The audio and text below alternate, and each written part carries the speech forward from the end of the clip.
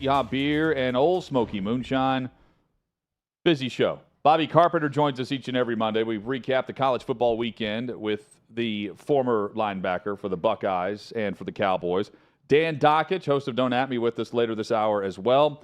Plus Clayton Safey from the Wolverine.com, covering all things Michigan. What could the Big Ten end up doing with Tony Petitti on what we're continuing to hear and what continues to come out about Connor Stallions and sign stealing.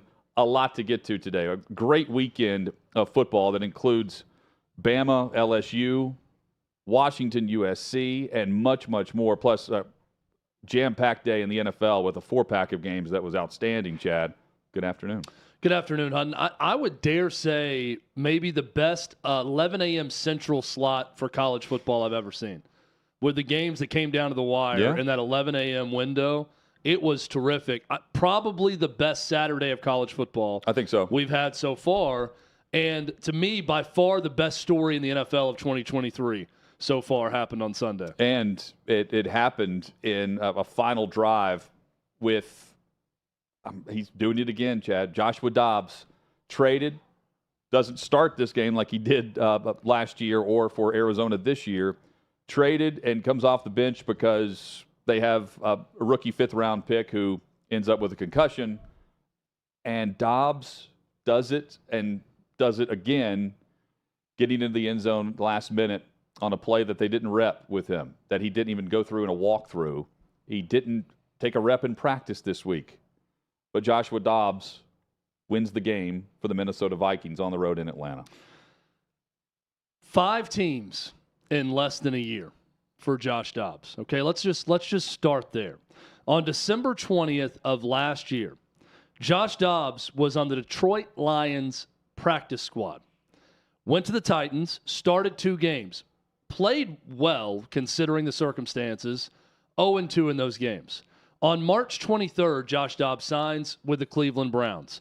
On August 24th, Josh Dobbs is traded to the Arizona Cardinals, where he starts in week 1 and starts throughout the first part of their season, winning 1 game against the Dallas Cowboys in those starts. Halloween, October 31st, traded to the Minnesota Vikings. That was on a Tuesday. And by Sunday, he's entering the game early and eventually leading the Vikings on a 75-yard touchdown drive with less than 2 minutes left, with some absolute Houdini-esque runs to keep the Vikings alive. 1 on a touchdown earlier in the game, 1 on 4th and 7 that set the Vikings up at the 10-yard line. I watched this story, and I watched Josh Dobbs on the sideline practicing snaps and cadence with Garrett Bradbury, the Vikings center. And I think to myself, how can anyone not love and appreciate sports? That here is the ultimate team game played by a group of enormous athletic men that are all striving for one goal. And it takes a guy that's traded the week of the game in a very complex sport, one in which he has not thrown a single pass, even in practice, to a player that he's going to complete touchdowns to later in the game, or any player on the Vikings. And it's that guy that joins the team and eventually leads them on the drive to win the game. I thought the Kevin O'Connell postgame speech was incredible. I've watched it 5 times. I love how he's talking about Josh Dobbs and saying, now let's let him hear you, as he's walking into the locker room after he was doing interviews on the field. I loved every bit of it. Josh Dobbs, and we know the guy a little bit, he is so deserving of this moment. 7 teams throughout his career, never given a great shot. We said the moment he was traded to the Cardinals, here's his opportunity to at least show something as a starter, albeit with a bad team. You heard from Jonathan Hutton 3 weeks ago saying, don't bury the Vikings yet. This was with a healthy Kirk Cousins, who was playing some of the best football of his career. Even without Justin Jefferson. In that division, don't bury the Vikings yet. We had Armando Salguero on last week. I asked him about the Vikings. Is it time to bury them? He laughed at me and barely answered the question, saying, oh yeah, bury the Vikings. They're dead. Guess what, everybody? They're not dead. They are very much alive. And at least for one Sunday, and I don't know what Josh Dobbs does from here on out, or if teams are going to catch up to the fact you might need to put a spy on him defensively to run the football, which they will. But for one Sunday, The Vikings were relevant, and Josh Dobbs was the hero as a starting quarterback in the league and a guy who was there for less than a week. Hutton, I watch this story, and I think, how can you not love sports? And I love talking about sports every day on the show. Same. For stories like this. How can you not be romantic about the Josh Dobbs story in Minnesota and throughout his career? A guy who could be some sort of Fortune 500 CEO of an astronautics company with his major in his brain, who's still playing quarterback in the NFL just because he loves ball. It's really that simple. He's no star player. He's never going to be a star player in this league. But for one Sunday, that dude was a star. It's incredible. Well, and I love the story of that he told, where O'Connell and other offensive coaches came up to him as they're on the flight to Atlanta, asking him, "Hey, are you cool with anything? Is there anything you're uncomfortable with? What do you like? What do you not?" And he just said, "Hey, in the playbook, he's been studying the playbook, hasn't repped it. I'm cool with whatever we have in the game plan. I'll be able to execute whatever play that I've read through so far." And he did. Admitted that the winning touchdown pass was one that they didn't even go through in a walkthrough with him. Didn't even see it as far as repped in person. And he goes out and does that against Atlanta, whose defense gets shredded again, and has Arthur Smith on the hot seat for the Falcons. Chad, this is why they're not dead. They win. They're now at 5-4. And their next 4 games are in this order: New Orleans, Denver, Chicago, and Las Vegas. Only the Saints, looking at their record, only the Saints have a winning record of that 4-pack of games coming up. And you mentioned the player that they haven't had while they've been on this winning streak. It's Justin Jefferson. He's eligible to come back to practice starting this week if they want to start the clock on a 21-day window for him to get back to the active roster over a 3-week time span. He could come back this week. He could come back 3 weeks from now. We'll find out later this week when he's going to return. But they're only going to get better in that department, much better, with one of the best, if not the best, wide receiver in the NFL. And now you have a guy who has been able to step in now in 3 different situations, did it in short notice with the Titans, where he picked up his first win and his first start. Then this year with Arizona getting his first win, and then does it for only the second quarterback in NFL history to have 3 touchdown passes in consecutive weeks for different teams. The other was Bernie Kosar. So what we saw, we haven't seen in a long time. And Dobbs has done it on a day where we were looking forward to Mahomes and Tua and Prescott and Hurts and Burrow.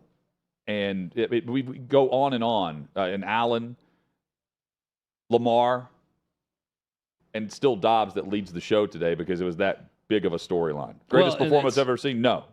Great story in 2023? Absolutely, yes. Yeah, one of the more, certainly not the greatest, one of the more surprising performances, given the circumstances of being there such a short amount of time. I was actually watching that game live when it started. I see Jaron Hall go down, and I'm thinking, Josh Dobbs is just funny, immediately taking the hat off on the sideline and putting the helmet on and throwing. I mean, he looked like he was, okay, well, guess it's time to go in. But you knew that it was going to be very difficult. I sent you guys a tweet. Someone said, Josh Dobbs is the equivalent of the chef on Chopped that has to cook with whatever the ingredients are in the basket the moment they open the basket. That's Josh Dobbs in every quarterback situation he's ever been in. He's also earning a rep as the guy to trade for if you're in a pinch with a decent team. I know it's one game, but keep in mind a year ago he had no time with the Titans, and he elevated their team. He was better than Malik Willis, who had been there all season, when he joined the team immediately. The Cardinals are bad. They won 1 game with him. He didn't set the world on fire, but he wasn't the problem either. He did an admirable job considering the lack of time that he had. I think with his brain and his ability to process info quickly, Hutton, he's quickly becoming that guy. He's never going to be a star. I don't know that he's ever going to be a full-time starter in the NFL. Right. But what he's becoming is you keep him as the backup, and then if someone gets desperate because their star quarterback goes down and they're 7-2 and they feel like they can keep it going, you're picking up the phone and you're calling the team that Josh Dobbs is on, because Dobbs can come in a pinch and possibly rescue everything going on. Well, it's the trend I'm now. all into this story. It's the trend now for him because he was signed off the Lions practice squad last year, December 21st, and started for the Titans on the 29th. Yep. And then they chose to start him in a win-and-end situation against Jacksonville. They lose that game, but they went with a guy that had been there for a week and a half instead of the guy that had been there for a full off season in a backup situation. And the other thing, Chad, to keep in mind too, is we saw this in a glimpse from Baker Mayfield last year with the Rams. Yeah. It was a good 2 or 3 week story with him. Well, but he had that fourth quarter comeback on the same week where he had been traded there. Yeah. Or had ended up with Los Angeles. This is similar, except this was a steady quarter-by-quarter progression, and then he has the game-winning drive as well. And also keep in mind, and give credit where credit's due, you have McVay in Los Angeles and O'Connell, who came from that coaching tree in Minnesota. This is not easy on the coaches either to get things ready for the backup quarterback who just got there after losing your guy who can get you to the playoffs in Kirk Cousins. And they played, and they're doing it without Jefferson. I think that's the other key. And they have Akers go down with an injury, with an Achilles injury in that game. Well, and they have no running game. I mean, handing the ball Right. off is not an option because they're not getting any push, any movement at all in the run game. Some of the quotes coming out of the locker room, too, I think Jordan Addison said it was a constant translation. He was getting the call, and we were helping him out, where he would look to me and say, okay, on the right side, what's happening on this play with the play call? And then he would say it and then break and go play the play. Dobbs is the story, and all credit to him on this. But the flip side of this story, the Falcons and the Falcons defense, and not being you're starting the game against a rookie 4th-round pick. You knock him out of the game. Now you got a guy who's been there for 5 days, and you lose, and you give up a lead late. That's bad. Arthur Smith shaved his mustache today, clearly in need of a change. That's a franchise right now that is headed in the wrong direction, given the last 2 weeks. The performance against Will Levis and the Titans in his first start, who lit them up with 4 touchdowns, and then Josh Dobbs the next week. Not a good trend for that Falcons defense. Not a good trend either for the Miami Dolphins. My big takeaway from week 9, the Dolphins have yet to prove that they're a true Super Bowl contender. 2 other teams did and have been doing so over recent weeks, the Baltimore Ravens and the Cincinnati Bengals. Miami, though, racks up wins against bad NFL teams. Cincinnati and Baltimore, they take care of business over a stretch run where they're facing the best of the best, and they're in the best division this year as far as win-loss record is concerned. Miami's 5 wins this season have been against opponents with a combined record of 13-37. The Dolphins in those games have averaged 39 points per game. And in their 3 losses, they are losing against opponents with a combined record of 20-7, and they've averaged 17 points in those contests, in their 3 losses, and they had a season-low 14 yesterday in Germany against Kansas City in that defense. Their next 6 games, though, coming up, will prove to be, I think, the fool's gold, because we're not going to really learn much about, okay, are they stepping up and are they able to beat good teams? Because over the next 6 games, they will face opponents with a combined record of 24-25 currently. Then they finish against Baltimore and Buffalo. So are they going to be in it? Absolutely. But when this offense, for whatever reason, faces coordinators that have been there and done that, and those coordinators are also, by the way, facing an offense that has been there and done that and put up massive numbers along the way. But Spagnuolo, McDermott, and Desai have shut down Mike McDaniel and the Miami Dolphins in those losses. The question is, when it's time to actually prove it, are they going to knock off Cincinnati or Baltimore? Because when it's time to prove it and show us in the regular season, they don't show up the way they do when they face bad teams that they boat race. They're exciting, but they're not great. And there's a big difference between figuring out the excitement level and buying into the hype, which I love, and actually showing that you can win the tight window ball games when you're not putting up 30+ that no one else in the league is doing, by the way. The thing I do love, though, is McDaniel is admitting it immediately after the game and then again today, where he's saying, hey, yeah, We don't deserve all the accolades that we have received, all the praise that's been thrown our way. We've got to prove it against good teams, and we don't beat good teams. And because of that, I think Miami, Chad, is stuck in good, not great, just like the vast majority of the rest of the NFL. I'm with you. The offense certainly has greatness potential with the Dolphins, but they can't beat the good teams on their schedule so far. And McDaniel's approach to this is, to me, top-notch. Some of the quotes coming after the game, he even stuck up for his quarterback and said, look, I know what Tua's saying, and he said, and that's very admirable of him, but that's on me. The miscommunication on the 3rd and 10 before the snap that got past Tua on 4th and 10. He says, I told my guys post-game, you never have to worry about me learning from a mistake.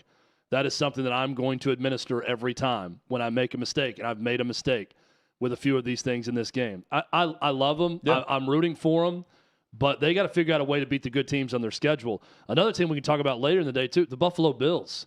I don't know what the Bills are right now at 5-4 also. And keep in mind, they still have Kansas City, Philadelphia coming up very soon on their schedule also. So where are they going to be by the time the Dolphins and Bills play each other again this season? Coming up, Bobby Carpenter will join us. Connor Stallions has resigned at Michigan. We'll dive into the very latest from the weekend there. Plus, Ohio State, are they really the best team in college football?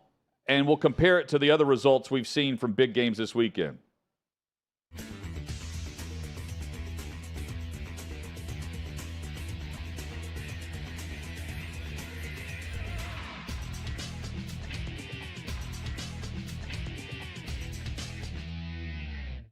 Quote, a good state champion caliber high school boys team would smoke the best team in the WNBA. Then this weekend, after the video was posted and the critics, of course, came for him, he doubled down on what he said, posting this on X. Quote, it's sexist to say women's basketball players aren't as good as men's. That was a question, obviously. It's my opinion, and I'm putting $1 million behind it. If I'm wrong, the WNBA team can take my money and make more from one game than they do for the entire season. Okay, so let's get into this, because obviously there's a lot of people out there who are just assuming that Clay is being sexist, that he is trying to really punk the WNBA, because let's be honest, the ratings for the WNBA aren't great, which is exactly why Clay made the joke at the end of that. If you were to give them $1 million for losing the bet, that would be more than the WNBA would make regularly for one game under normal circumstances. But the fact remains that men and women biologically super different, and that's what he's talking about. We even look at a boys' high school basketball team and the makeup of their players, what they're able to do, their size, their skills, and look at the WNBA players who are oftentimes much older. They're professional basketball players, but still, the level of competition would not at all be on the same playing field. So, Chris, let's get into that. What is your take on this? The fact that people would say that, Clay, you're being sexist, when reality remains men and women, super different, even at very different ages, different places in their careers, there would be no matchup whatsoever. I don't even think it's questionable. I love that Clay took it to him. I think a lot of times silence speaks louder than words. The Las Vegas Aces haven't said anything in response yet. Mm-hmm. So, look, you're right. I dug into the rosters, the Las Vegas Aces, and then, look, I've spent some time training at IMG Academy. I work with athletes at a school called Lou High, which is one of the top programs in the country. And we have guards 6'4", 6'5", 6'6".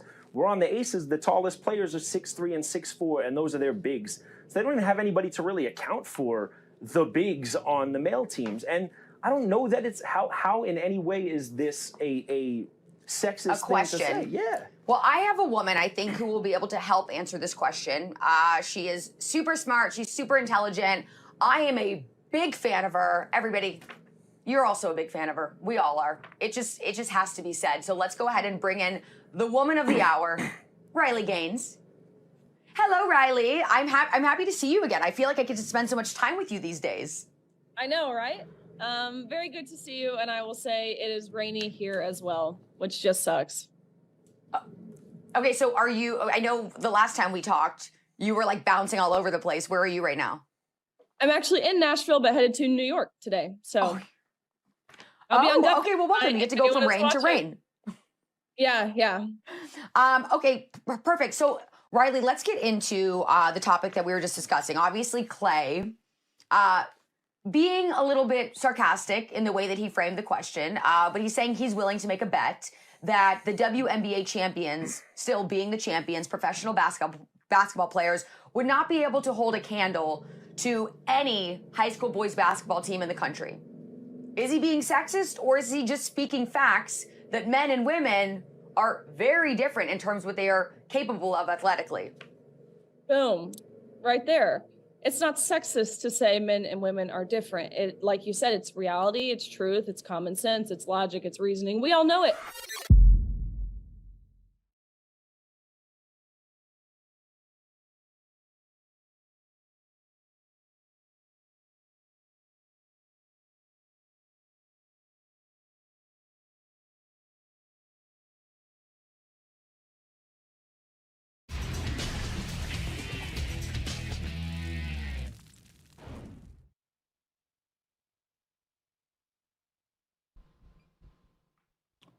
Sixth and Peabody, our location with Yeehaw Beer and Old Smoky Moonshine. Hot Mike with Honey with our rolls on. Chad, whenever we come back and we're waiting on radio as well, and we have the video on, what do you think? I didn't even notice the video was on. Oh, yeah.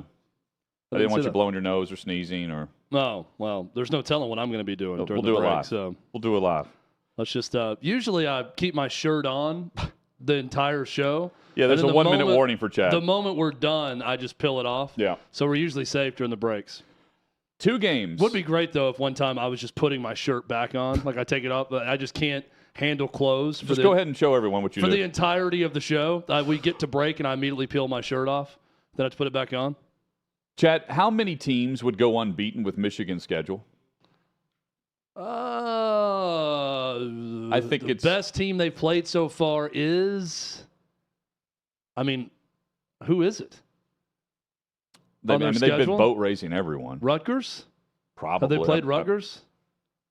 I'd say yes. At least 40 teams could be undefeated with that 40. Schedule so far. Okay, well, it's as weak a schedule as you can get so far because they got Penn State and Ohio State coming up. How many teams would go unbeaten with Bama's schedule?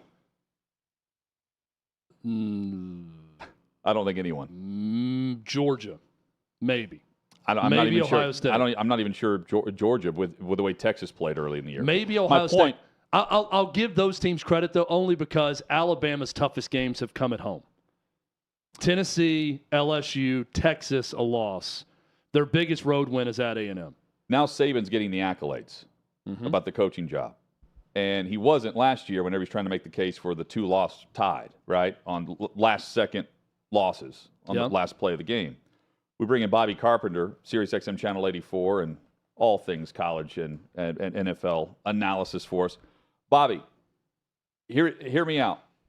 The greatest chance of any hope, if you're on the side of Michigan did something wrong, of keeping them out of the college football playoff is Ohio State needs to beat them head-to-head. Because a 1-loss Michigan versus a 1-loss Bama, let's just hypothetically say that for whatever reason Bama has 1 or 2 losses, and it comes in the SEC championship game, but Michigan doesn't play in the title game for the Big Ten. Again, all hypothetical. I think Saban has more support now than he did a year ago to make the case that this team is much improved from the team that we saw earlier in the season. And I think everyone's kind of going with the tide right now compared to a year ago. I would say that you're accurate in that. And I think a lot of it has to do, gentlemen, with expectations. And you look at Michigan, once they lost that game early in the season to Texas, open the year, Milroe doesn't play well. They bench him the next week. Like, are you going to keep playing Buckner? They're going through a little carousel there. It's not a great situation. They didn't play Ty Simpson a little bit. And then all of a sudden they get Milroe back. And they slowly improve. And this has been a team for Nick Saban that, the defense has been pretty good. But the offense is slowly getting better and better. And you know what? Maybe they don't push the ball down the field and throw for 400 yards a game. But between Milroe doing it with his legs and running the ball effectively, and he throws the ball well enough that it allows their defense to play good ball. And I think Nick has built this into maybe his most holistic team yet, where they're not spectacular in one particular element, but they're really good and play great complementary football. Bobby, you're right there in Columbus. Give us the discussion, the noise about Michigan and their investigation about Ohio State having connections to the private investigators that uncovered whatever information was on Connor Stalions' computer that the Washington Post had. What's the latest there? What's been the reaction? And what do you think actually comes of all of this? So there's a lot of stuff right there. Number one, as far as the accusations that it was started, by Ryan Day. I heard his brother. I'm not sure as to that. I haven't asked anybody. I might try to dig in on that a little bit, but I'll tell both of you guys, if your wife has a PI that takes you has pictures of you coming out of the hotel with a hooker, are you blaming her for hiring the PI, or are you trying to maybe defend yourself a little bit better? Right. I think let me jump. I agree with you, by the way. It doesn't change the facts, but it could affect the discipline based on anyone that's saying that, if it's obtained illegally, would that affect how Petiti or the NCAA would react to Michigan? I don't know how it would be obtained illegally, because most of the evidence, at least that I've talked to, and you heard, Walters for Purdue talking about this. They said, "What are your thoughts?" He's like, "These aren't thoughts; these are facts." Right. All of these schools have information. So if someone said, "Hey, you may want to go back and check through your receipts and see if maybe something was ordered under one of these names, and then see if people are sitting there. Oh, by the way, you can pick up on camera if they're videoing stuff." This isn't something where they bugged somebody's car, at least not to my knowledge, if that's even what happened, and did this through illicit means. It's all right there. Hell, you got him on the sidelines at Central Michigan, and when they didn't show you who it was within the first 24 hours, yeah, you knew that they were scrambling to try to figure out how can we spin this, because guys, you're around college football enough. I told someone I couldn't go down on the Ohio State sideline and get into the players box area and the coaches without a credential for that area. And those credentials are very tight. They have a list. They know who gets them. So to think that there would be someone roaming around the sidelines at a Division I football program that doesn't have a credential to be in the player and coaches box, that is absolutely ludicrous to me. And so where does it all go? I know that there's 13 other coaches, and I'm not going to speak for every one of them. But I've talked to, a couple different programs here. They're upset. And it's not just an Ohio State thing. You could hear it in Walter's voice coming into Purdue. It wouldn't have surprised me if he didn't even want to play him, given the fact you saw how icy that handshake was. He talked about the difficulty of learning a new system. And I think all 13 other coaches, this isn't something, gentlemen, that just came about 3 weeks ago. I think they've suspected it. They've been trying to talk to people about doing something about it.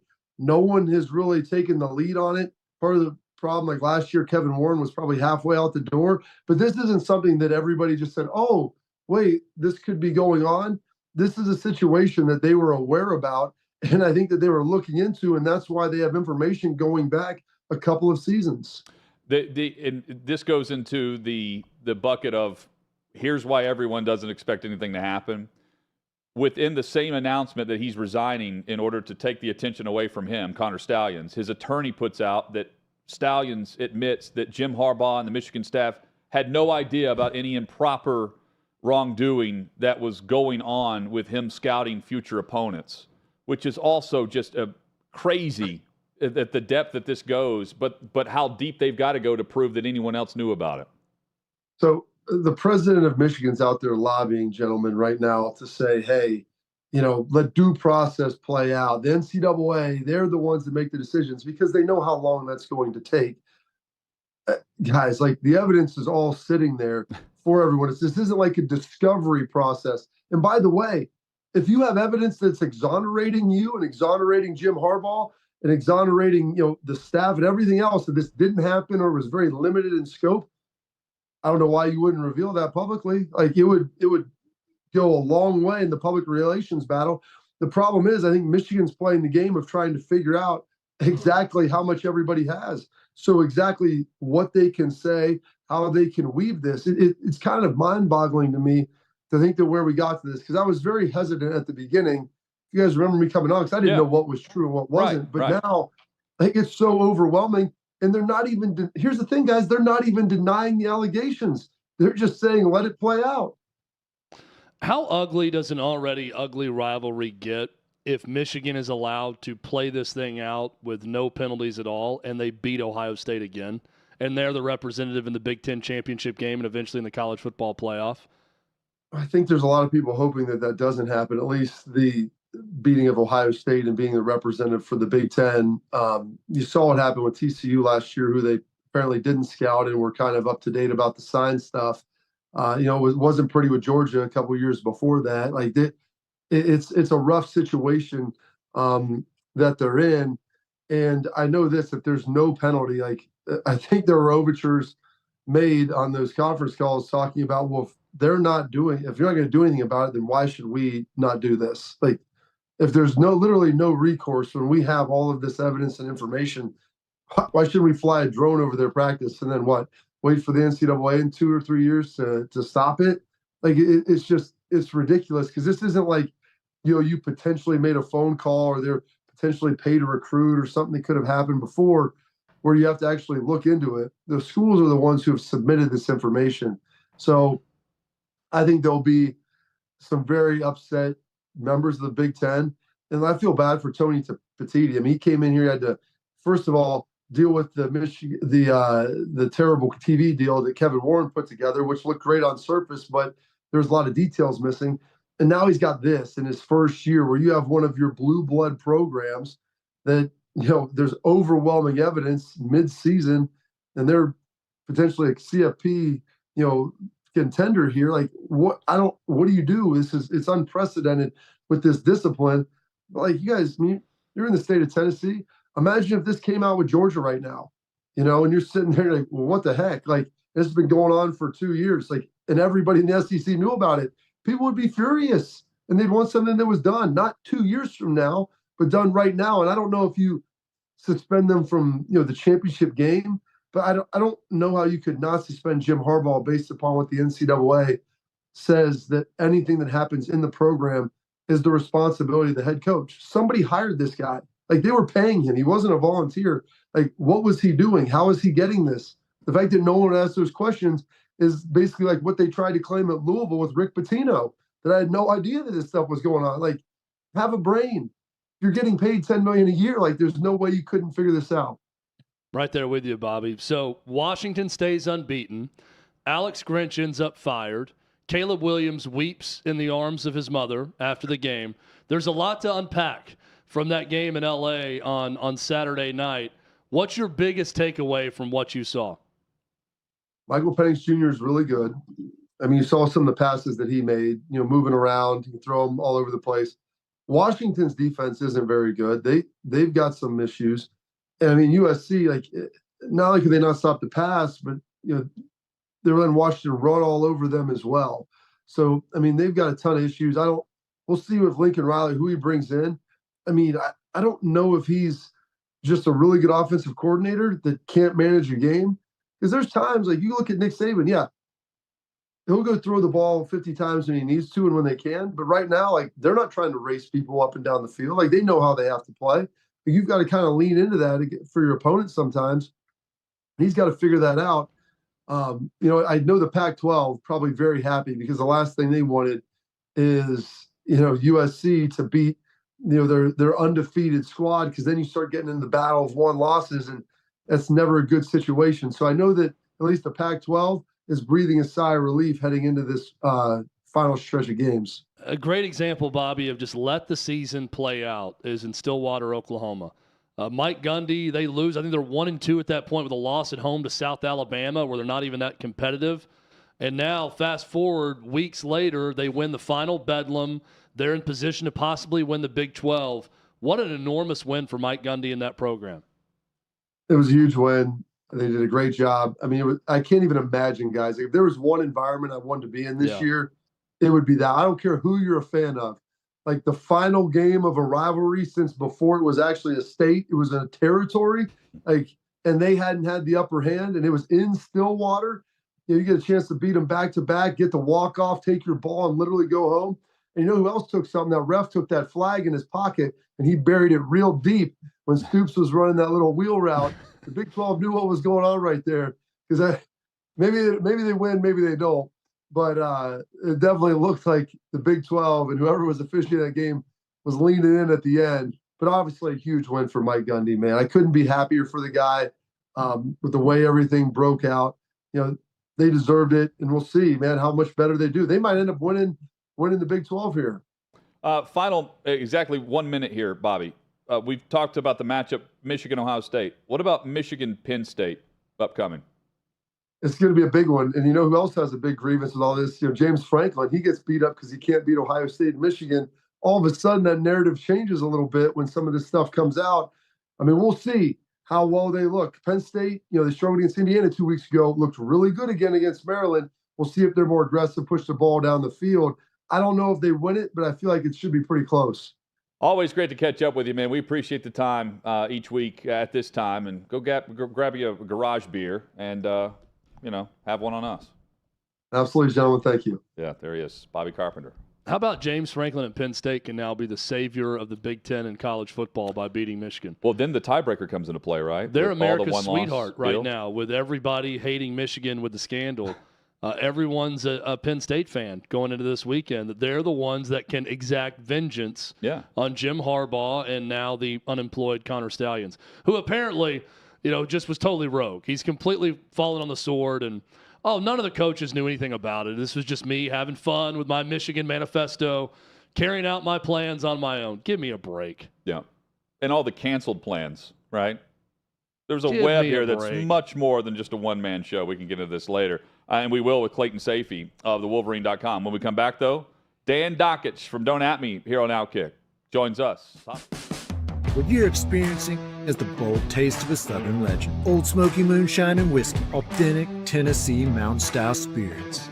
We believe in crafting flavors that were born from tradition but defy expectation. And pioneering a new experience with every sip. Because if it doesn't do this, it ain't this. Old Smoky Moonshine and Whiskey. Come on.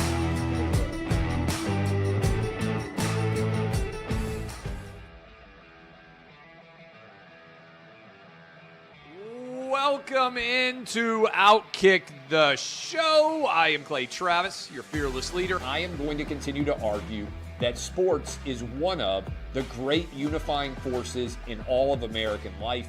ESPN is a sinking ship. Democrats are now the party of the white, woke college graduate.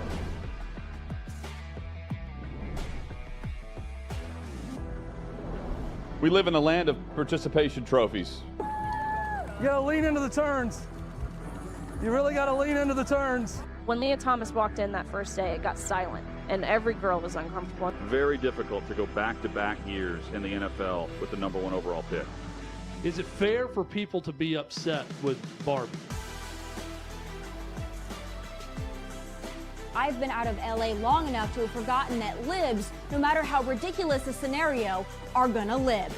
Another week of inflation, another week with Biden with COVID, and another set of losers to crown. People don't watch the WNBA on TV, in person, on a plane, on a train, on a bus, or on purpose. I mean, what have you seen firsthand of how this has affected you in the plant and your fellow employees?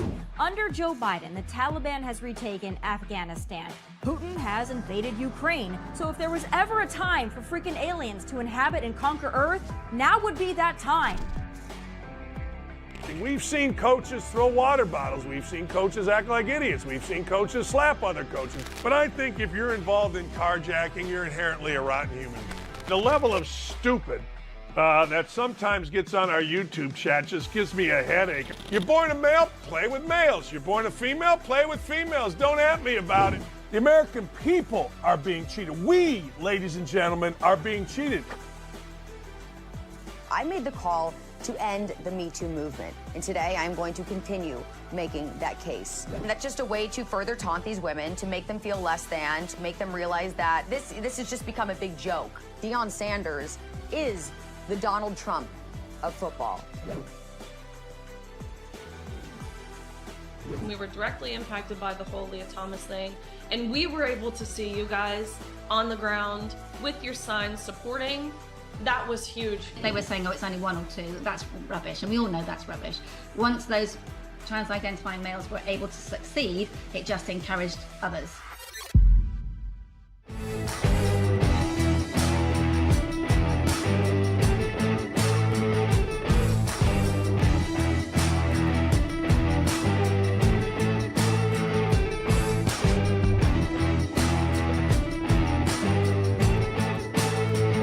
Smoky Moonshine and Whiskey, a bold taste of a Southern legend.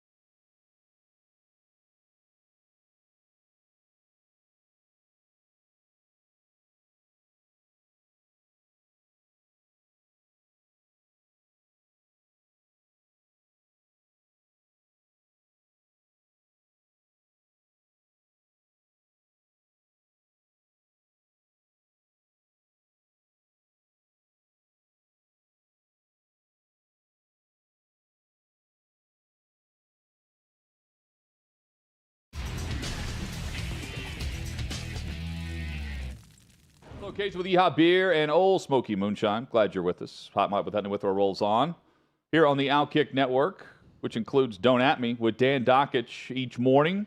You can catch Dan. Nice enough to have me on this morning. Great to have him on right now. Dan, good to see you, man.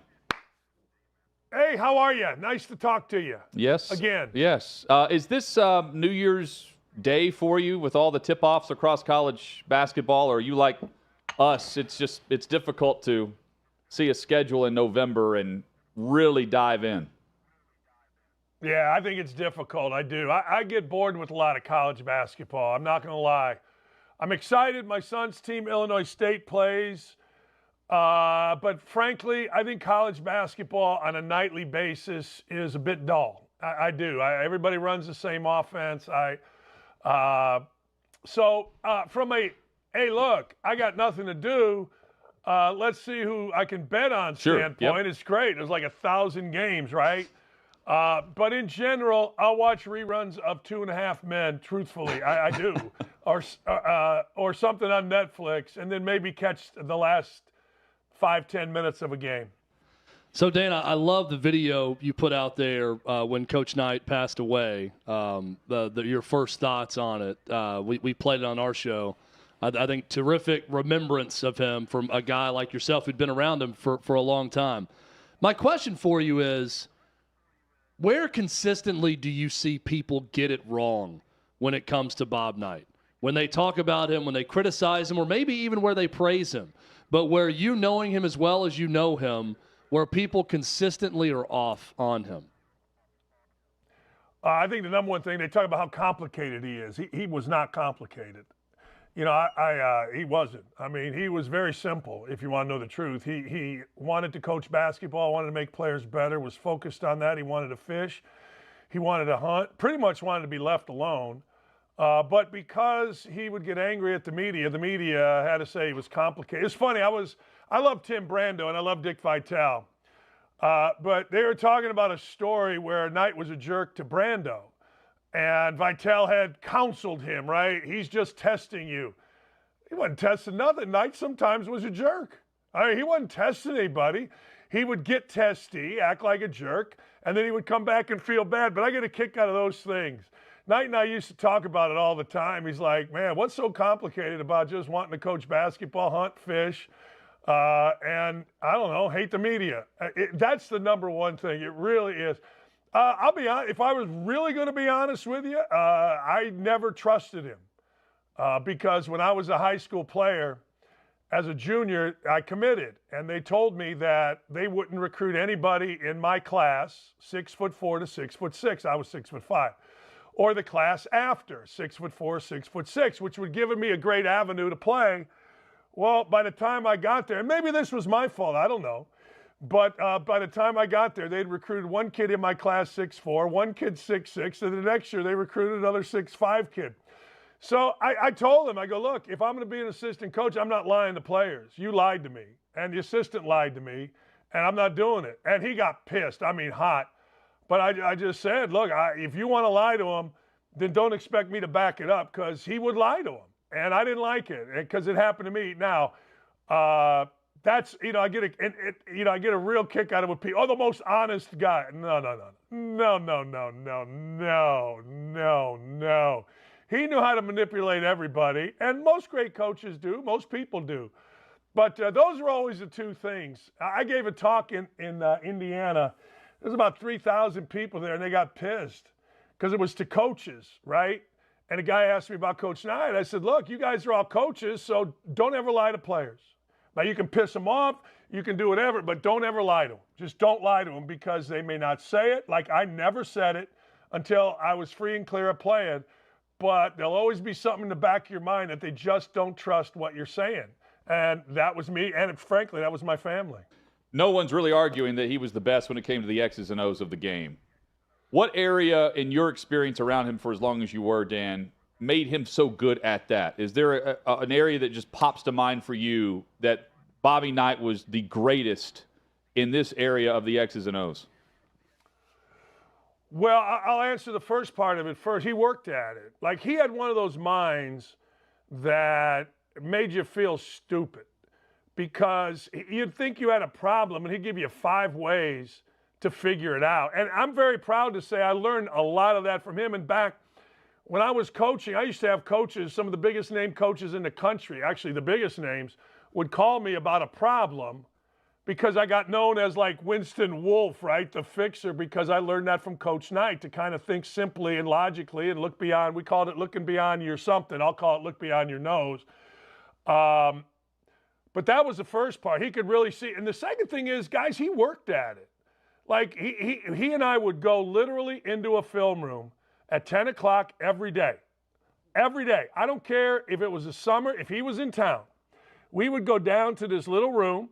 We might play golf first at 6:30, but we would go into this little, it was our locker room, the coach's locker room, had a chair where he sat, a couch, a couple of chairs. And we would every day till about 2 o'clock, so 10 in the morning, and we would watch film. And we would turn the film off, and he may make a phone call or whatever, but he studied it. And we would watch, whatever team, the team that we're playing. The thing I think he was the best at was, and I never understood this as a high school player, he was so good at preparation. Fellas, when I went to Indiana, I played at a high school that never, I think the coach had been there 20 years and was 500, never had a Division I player.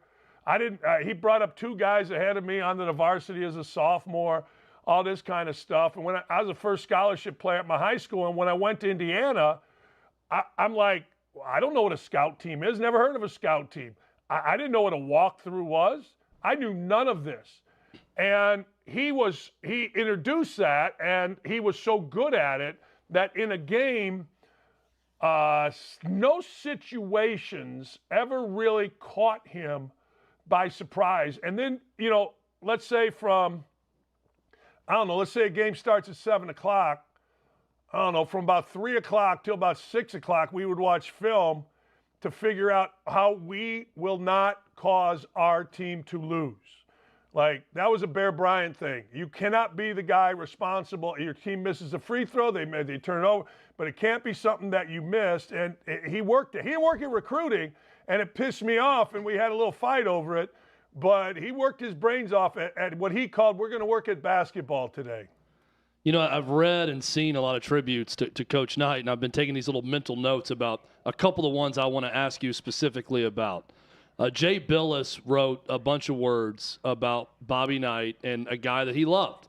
And he talked about why he loved him. He also got into a specific story about him chastising some local reporter and how he questioned him on it. And Coach Knight basically came back and said, well, I can't change now. Even though that was the wrong thing to do, I can't change now. The other one I read today was from Peter King, who told a story about how Bobby Knight took him aside to calmly explain to him about cheating in college basketball and how it was running rampant when he was a young writer at the Cincinnati Enquirer, and how he was calm the entire time and very intelligent on all of that, then goes on to write about the recruitment of Calbert Chaney and how he stole Calbert Chaney from one of his former players, who was the head coach at Evansville at the time, which I had never heard that story either, Dan. Whichever one you want to pick apart there or expound upon, please tell us about any of those stories. Well, let's start with Chaney. Chaney, we absolutely did that. Coach did that, no question. In fact, we sent a guy named Ron Felling and I sent Coach Knight to see Calbert, and he shot like 2 of 17, and I can still remember it. I'm in my office on a Saturday morning getting ready for one of our meetings, and Knight comes in, and he is pissed. He's throwing things. You two, and Felling and I shared a room, don't you ever send me to see a guy like that, blah, blah, blah, blah, blah. And we're like, yeah, all right. Then Calbert and his coach came on a visit. An unofficial came to a game, and coach wouldn't even talk to him. He's like, I'm not wasting my time. Calbert went to Purdue, and basically Katie did the same thing. I mean, you're nice to him, but the head coach is the guy that drives the bus. Long story short, in the summertime, and this is probably illegal, I can't remember at the time, but there was an AAU team that, this wasn't illegal. Coach Knight's son, Timmy, put together all the best players in Indiana. Calbert was there, and Ron Felling was watching the practice, and he went downstairs and he told Coach Knight, hey, I don't give a damn, you can fire me today. But if you don't go up there and offer Calbert Taney a scholarship, you're the dumbest SOB ever. And Knight hemmed and hawed, went up, watched, offered him a scholarship. But, yeah, Jimmy Cruz is one of the guys who made Coach Knight. Jimmy Cruz was a freshman in 1973 with Quinn Buckner, Scott May, Bobby Wilkerson, Tom Abernathy.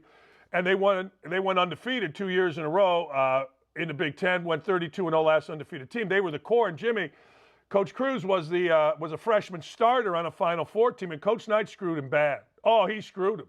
He tried to make up for it. And Cruz MF'd him, and it was bad. It was. That's what I'm saying.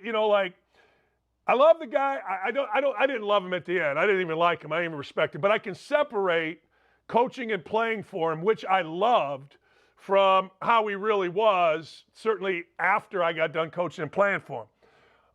So, yeah, he absolutely did that. What was the other one? Who was the writer in Cincinnati? Oh, Peter King said that he was very good about taking him aside and explaining issues around college basketball to him when he was a young writer with the Cincinnati Enquirer.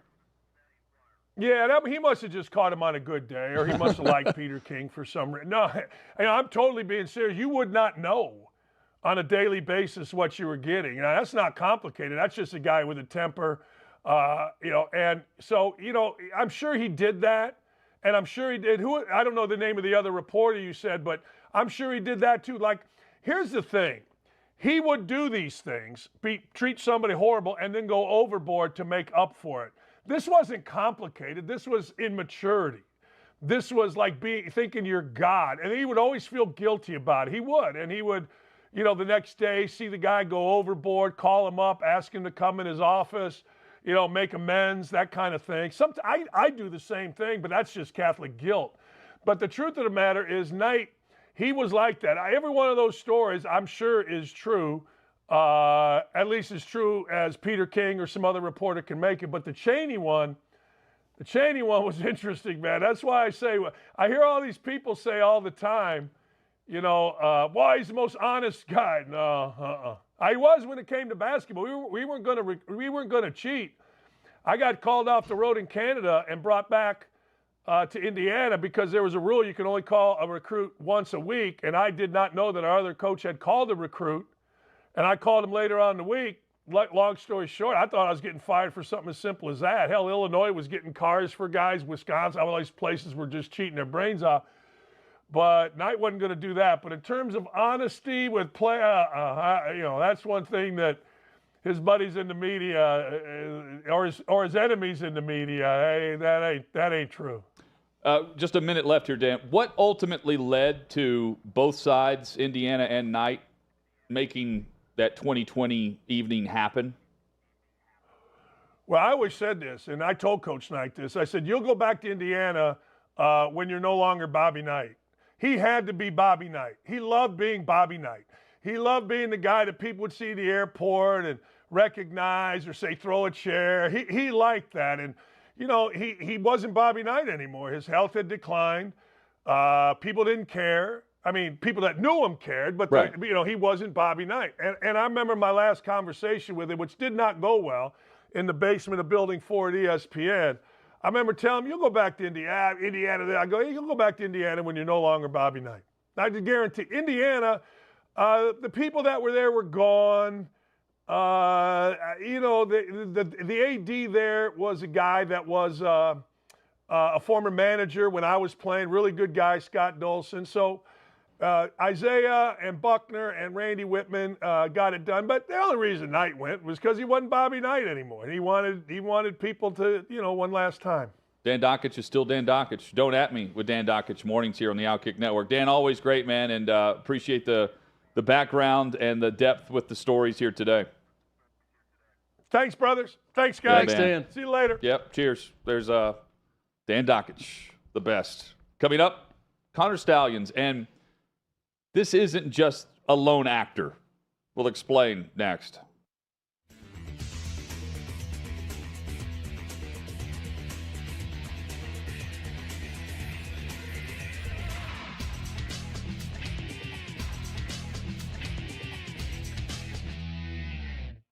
Dabo Swinney ripping his own fans. Dabo Swinney at Clemson is, I don't know, they tell me that he's the guy that doesn't like the transfer portal because he's made some comments that weren't exactly supportive of it. Dabo Swinney has done a job at Clemson that very few thought could be done. Clemson is a town about this big. Well, I better do this, not that, because that's like a white power sign idiots say. But it's about that big. The state is South Carolina. The state is not Clemson. So, but Dabo Swinney put Clemson in rarefied air. If you, a couple years ago, were going to name me the 3 best college football teams before Georgia's run here, you'd say Alabama, Ohio State, and Clemson. That's kind of who it always came down to. It felt like. So Dabo Swinney is now the victim of something that is good in one way, but it's bad in another.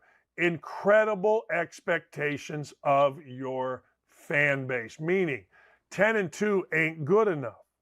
It just ain't. You can say whatever you want, but it just ain't. We got to be better. What? We're not in the college football playoff? What? We're not winning a national champion? What? We're 4-2? That's only winning 67% of our games? Here's what Dabo had to say. If you don't go undefeated, people say you're losers, that you're terrible. Let me tell you something. This is why football coaches for years and years and years and years fought the college football playoff.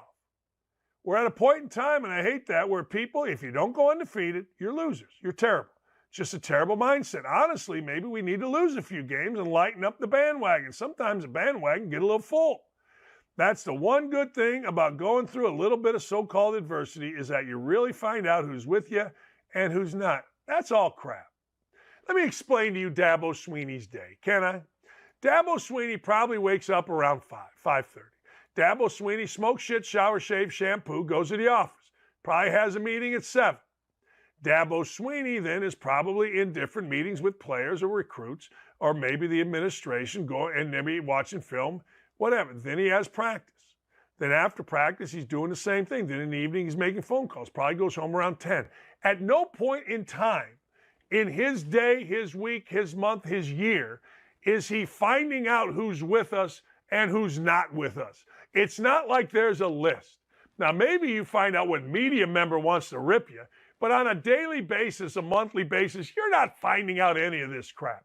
It's very simple. Coaches, if you want to know who's with you, understand that when you lose, nobody's really with you. If you want to know who's really with you, win. And then everybody's really with you. It's literally that simple. As my father used to say to me, Dan, we're with you, win or tie, and we ain't so sure about the tie. So shut up with that stuff. Win some football games and don't sweat it.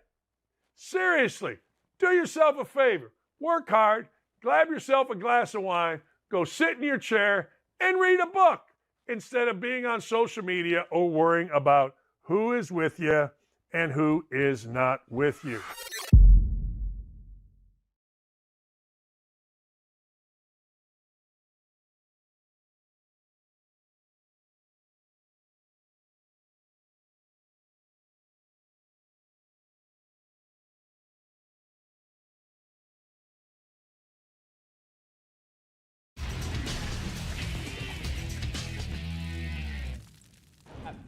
The second hour is here. Monday edition, Hot Old Smoky Moonshine.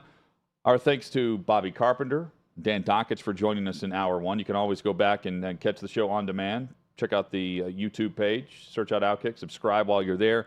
Follow us on X, as well as streaming live at OutKick.com. Coming up, college football overreaction. And in 20 minutes, Clayton Safey will join us. On Three's site for Michigan athletics and Michigan football is thewolverine.com. We will get the very latest on Connor Stallions and possible suspension for Jim Harbaugh, which we'll get to in a moment. But Connor Stallions sounds like a Manscaped guy based on all the different sunglasses covering up those crazy eyes. Have you seen that video, Chad? The crazy eyes? Yeah, I have. And now he's got an opportunity with Manscaped. Connor Stallions is a guy who goes for it, and you can go for it this holiday season with our new friends at Manscaped. And our friends over at Manscaped, they're wishing you a Merry Ballsmas. The holidays are approaching, but what if I told you that the celebrations are starting earlier this year?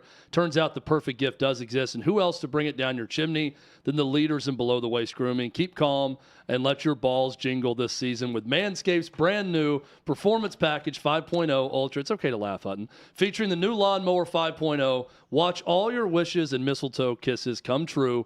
Look nice when you're going naughty by going to manscaped.com and use the code HOTMIC. That's HOTMIC for those that are spelling impaired for 20% off plus free shipping. Unwrap the gift of smoothness this season with Manscaped. Get 20% off and free shipping with the code HOTMIC at manscaped.com. That's 20% off with free shipping at manscaped.com and use code HOTMIC. Manscaped, get your jingle balls ready for the holidays. I use Manscaped.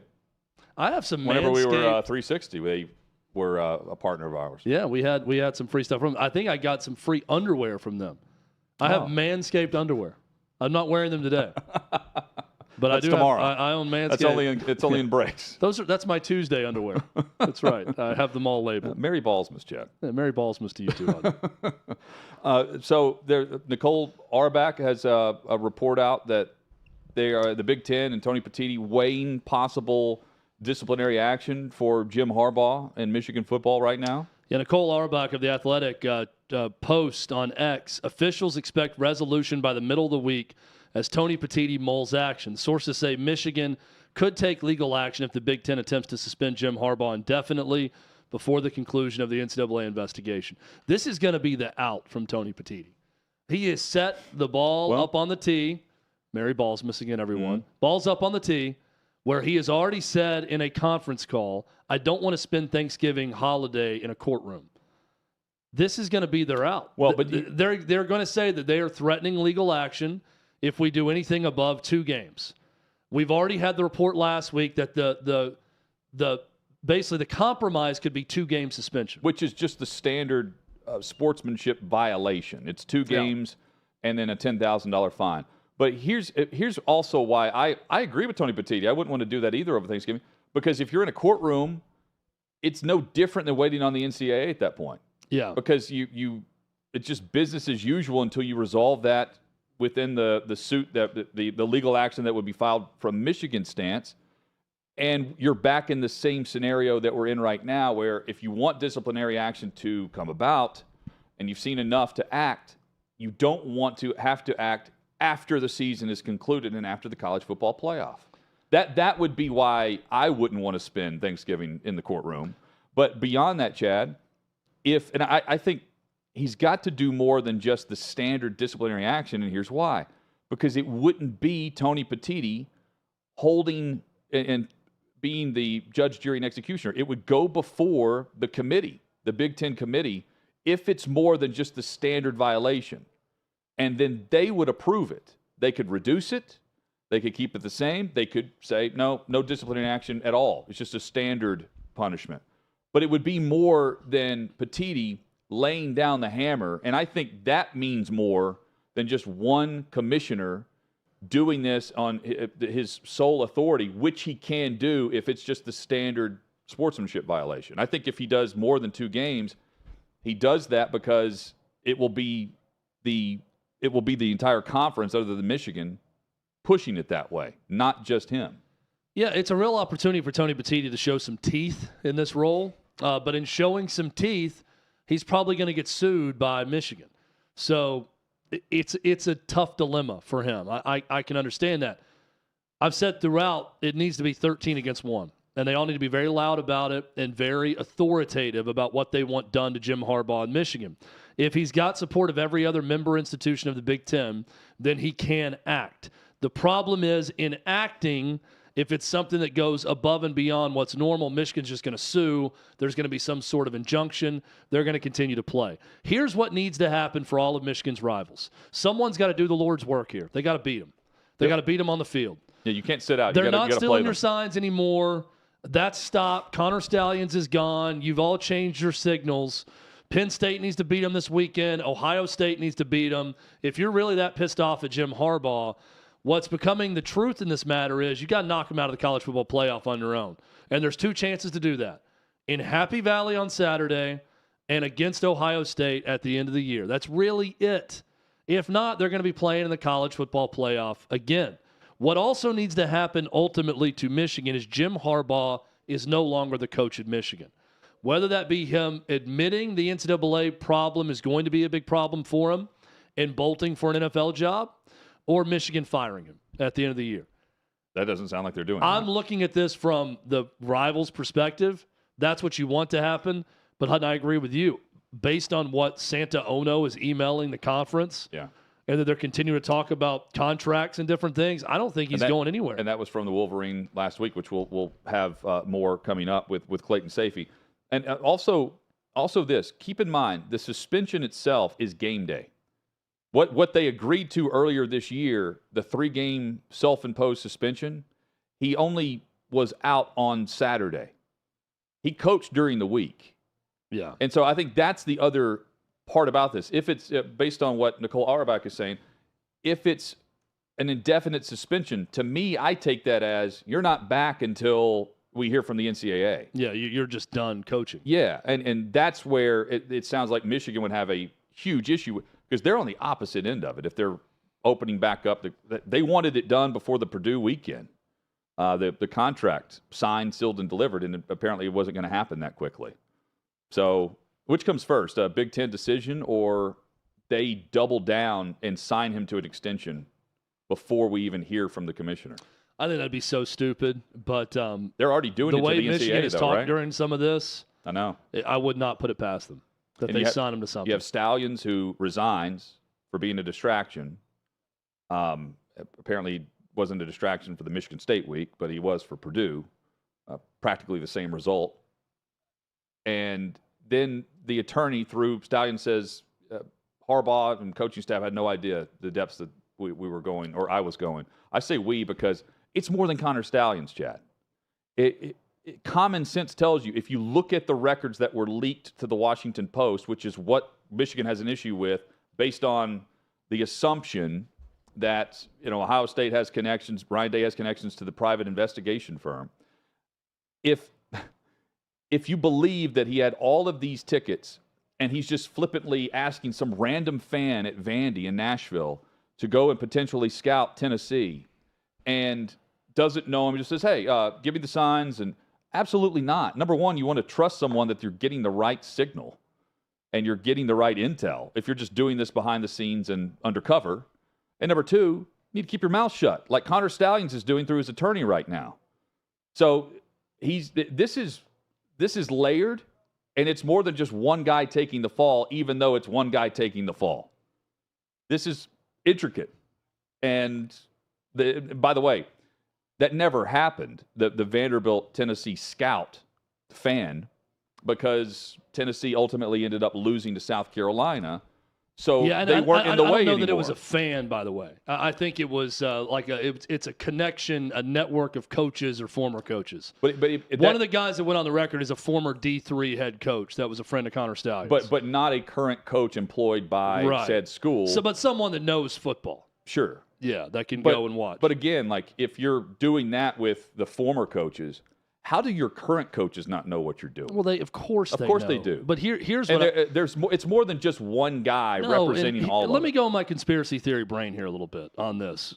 Connor Stallions resigned right when he got the money right from whoever's paying him. There's a vast NIL program at Michigan. There's a lot of deep-pocketed boosters. This guy is not going to give the NCAA or anyone else anything other than Connor Stallions, did all of this on my own. I orchestrated the whole deal. Jim Harbaugh and the coordinators knew nothing about it. I lied to them and told them that I got these signs just by watching the game live, and that when I'm giving them information, they knew nothing about me going to other games. I did it all on my own. They've got lawyers writing out what Connor Stallions needs to say in a court of law or to NCAA investigators, and he's getting paid to do so. That's my big conspiracy brain working. But I think it took that long just to get the money right for him to never turn state's witness and for him to get paid to be the fall guy in all of this. Now, it is on the NCAA and the Big Ten and America to use your brains and figure out if you buy that or not, whatever he's selling. And we'll talk with Clayton Safey a little bit to ask. Yeah. One question I'm at, do they expect people to believe this? What they're selling in this release about his resignation? Is this the plan that everybody's going to buy, that they knew nothing? And do you think it's just random that he's lawyered up with the guy that represented Manziel in 2013 against the NCAA and it resulted in a 2-quarter suspension? Oh. That's not random either. Nope. It's smart, by the way. That's what I look at it from. He's keeping his mouth shut. He's resigned. Chad, I'm with you on the money and getting the money right, on the idea and the common sense play there. And just the detail of he can't be the only guy that's getting the info. And then once you distribute that information, you're not going to ask questions about how the coaches are receiving it? No, look, of course they are. And Michigan's helping him with all the legal fees, of course, lawyers to hire and all that stuff. Yeah. All of it. Behind the scenes. Yeah, and behind the scenes, he's getting Central Michigan issued apparel. Yeah. Now, Central Michigan may be getting paid off, too. They've gone remarkably silent on who that was on the sideline. After they announced that investigation's still going, too. They announced the launch of an investigation, but we haven't heard a follow-up from the AD on that investigation. It is time for college football overreaction. Davey Hudson with us? We're going to start off. We can't hear you, Davey. Well, we can start out. Chad, I'll jump in. Michigan will not play in the Big Ten championship game. I, Hutton, believe this is a college football overreaction because I look at the rest of their schedule. I think they're better than Penn State. I think they find a way to win on the road this Saturday. But again, as I mentioned before, someone's got to do the Lord's work. Someone's got to make sure to knock off Michigan if you don't want to see them play in a playoff. I think they're going to get past Penn State, and they get Ohio State at home at the end of the year. I think this is a team that's going to be playing for the Big Ten title. Yeah, if C.J. Stroud couldn't knock them off, right? Well, they had the signs, allegedly. Well, Hutton, Lincoln Riley is not USC's head coach to start next season. He is. He's the head coach. Yeah, they just fired the defensive coordinator to make sure that he's still going to be the head coach. He needs to embrace leaning into defense, though. He was, 55-10 at Oklahoma, and he's already lost 5 games at USC, where he practically brought all the good players with him on offense. How you don't embrace the defensive side of things, I have no idea. How it's that bad for the Trojans, given the fact of what they've invested in him and what he has invested in that offense. Is Davey back with us now? I think so. There he is. Yeah, there we are. Davey. All right, guys. So, yeah, I mean, with the Lincoln Riley thing, I know we've kind of talked about it before. Just kind of curious on your all's thoughts about whether or not it's a decision of his own. If things are, it's just things are not going well at USC right now, and I thought maybe there might be another element, not necessarily USC saying I'm not going to be back next year. What you mean? Him saying he's not going to be back? Yeah. Or USC? Where would he go? That's better than USC. Guess as good as mine. That's the question I would have is it's not going great this year at USC. He's a proven guy who's got good offenses, but the defense has been terrible. He just fired his DC. I don't think he's some hot name in the NFL right now. I think Caleb Williams' draft stock is cooling a bit as the season goes on also. So it's not like you're going to try to pair Caleb Williams with him. I think he's back. Where does he go? I just think of the money. He also signed an enormous contract. The average is between 10 and 11 million annually. Yeah. To leave Oklahoma, he signed a big contract. The university, Texas A&M, is the one that would pay that price. I can't think of anyone else that would pay it. And they would pay it just because they're looking for, a spark if they got rid of Jimbo. That's the only way that to me, I would buy any rumor that he's not going to be there, but he's going to be at USC. Guys, Lincoln's old stomping grounds at Oklahoma, they've now lost 2 straight. And right now, Texas is the leading candidate Texas and Oklahoma State are leading candidates to play in the Big 12 championship. But the Big 12 champion will be left out of the college football playoff. I'm going to say not an overreaction. That's probably going to be reality. Kansas State won the Big 12 a year ago, beating TCU in the championship. I think they had 3 losses at the time, maybe, at least 2 or 3. I think we're running into that type of situation. I think we're going to see a 2-3 loss team. Could be Oklahoma State.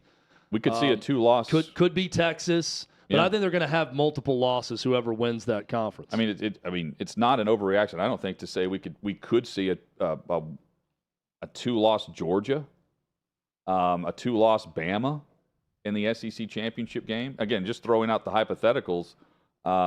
If Georgia, for whatever reason, sleepwalks for another first half, and Joe Milton plays the game of his life, Chad, I've said this throughout the season. Yeah, that they're capable. Georgia is capable of losing a game, and then could Bama drop one and then beat Georgia again? I think we're in for a crazy scenario where we have multiple teams that are in the spot of the Big 12 champion, and then how do you get in? And how do you let someone in with 2 losses if Michigan has 1 but didn't play for the title game? The very latest on Michigan with Clayton Sayfie next.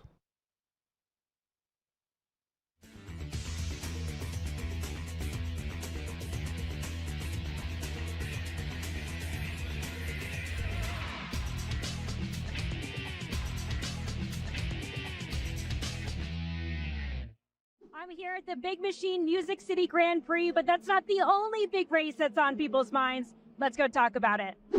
There's no way Biden can win again. There's just no way. Even the people that voted for him because they didn't like Trump, now at least have to see like senile, not all there. Probably won't be alive for 4 more years. Are you a Trump guy? Or are you a DeSantis guy? Or someone else? I don't like any of them. Who's your dream candidate? Who would you want to run? Myself. I think the best candidates probably are smart enough not to run. I just hope there's somebody that's young enough to care about the country instead of their politics. My fear is they get Gavin Newsom from California. And I think it would be the new cool vote for the younger people, and that's what I don't like. Who do you think on the Republican side would be able to take on Gavin Newsom? Great question. As a Republican registered, I love what Trump's body of work did, but they're just out to get him and destroy him, and we won't get things done, which is crappy for me to say. I thought DeSantis was going to be the guy. Trump only has 4 years left. He cannot fix everything that just happened in 4 years. And he's going to be battling indictments and all these false stuff for the next 4 years. We won't get anything done. And it'll just be this stalemate in America. That's why I almost don't want him in. But if he is the leading candidate, that's who I'm going to vote for. Is there any Democrat that you would vote for, consider voting for? Absolutely not. Yeah. What about RFK Jr.? No. Who should our first female president be? Michelle Obama, of course. Okay. Yeah. I'm going to go with Harambe 2024. We have the 2024 presidential race coming up, and I wanted to see who you thought your favorite TV characters would vote for. Homer Simpson, who do you think he would vote for? Donald Trump, all the way. Vito Corleone. Whoa. Whoever advances the cause of the Corleone family. Yeah. Tony Soprano. If Tony Soprano is voting in the 2024 election, who do you think he's voting for? I'm gonna go Ron DeSantis. Okay. Why do you think that? Just seems like a Ron DeSantis kind of guy. Is this a meatball joke that you're trying to make right now? What about Homer Simpson? Homer would vote for Biden because he's a dope. Who do you think Napoleon Dynamite would vote for? That's a good question. I actually don't know. There's a right answer here. He's voting for himself or Pedro. There's a Viking show, I think. Okay. Maybe that's Hulu. I don't know. So in the Viking show, whatever the main character is, who do you think they would vote for in 2024? Probably a goat or a dog. I think we have one of those in office right now. So who do you think Jon Snow would vote for in this upcoming election? I'm going to say Donald J. Trump. Why do you think so? Because Game of Thrones is all about drama, and Trump comes with the drama, baby. Would you vote for Trump from jail? Yeah, probably. Yeah, probably. Because at that point, what else do you have to lose? Okay, would you vote for Trump from a jail cell? Hell yeah, baby! I will get Trump out of jail. Would you vote for Trump in jail? Oh, yeah. Based as The thing that Trump needs to remember is there's another political figure that said, I don't recall very well. Yeah. And that's all he's got to say. Is there like a dream candidate, someone that you think could like save us all? Yeah, Jesus. Amen to that.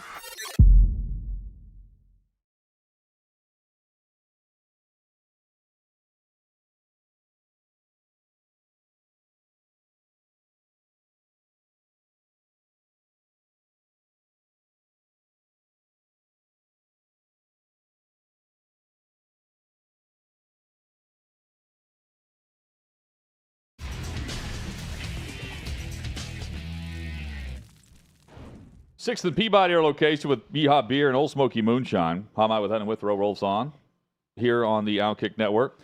Check coming up. Clayton Safety will join us from thewolverine.com. So 4 weeks ago. We can get that Michigan spin.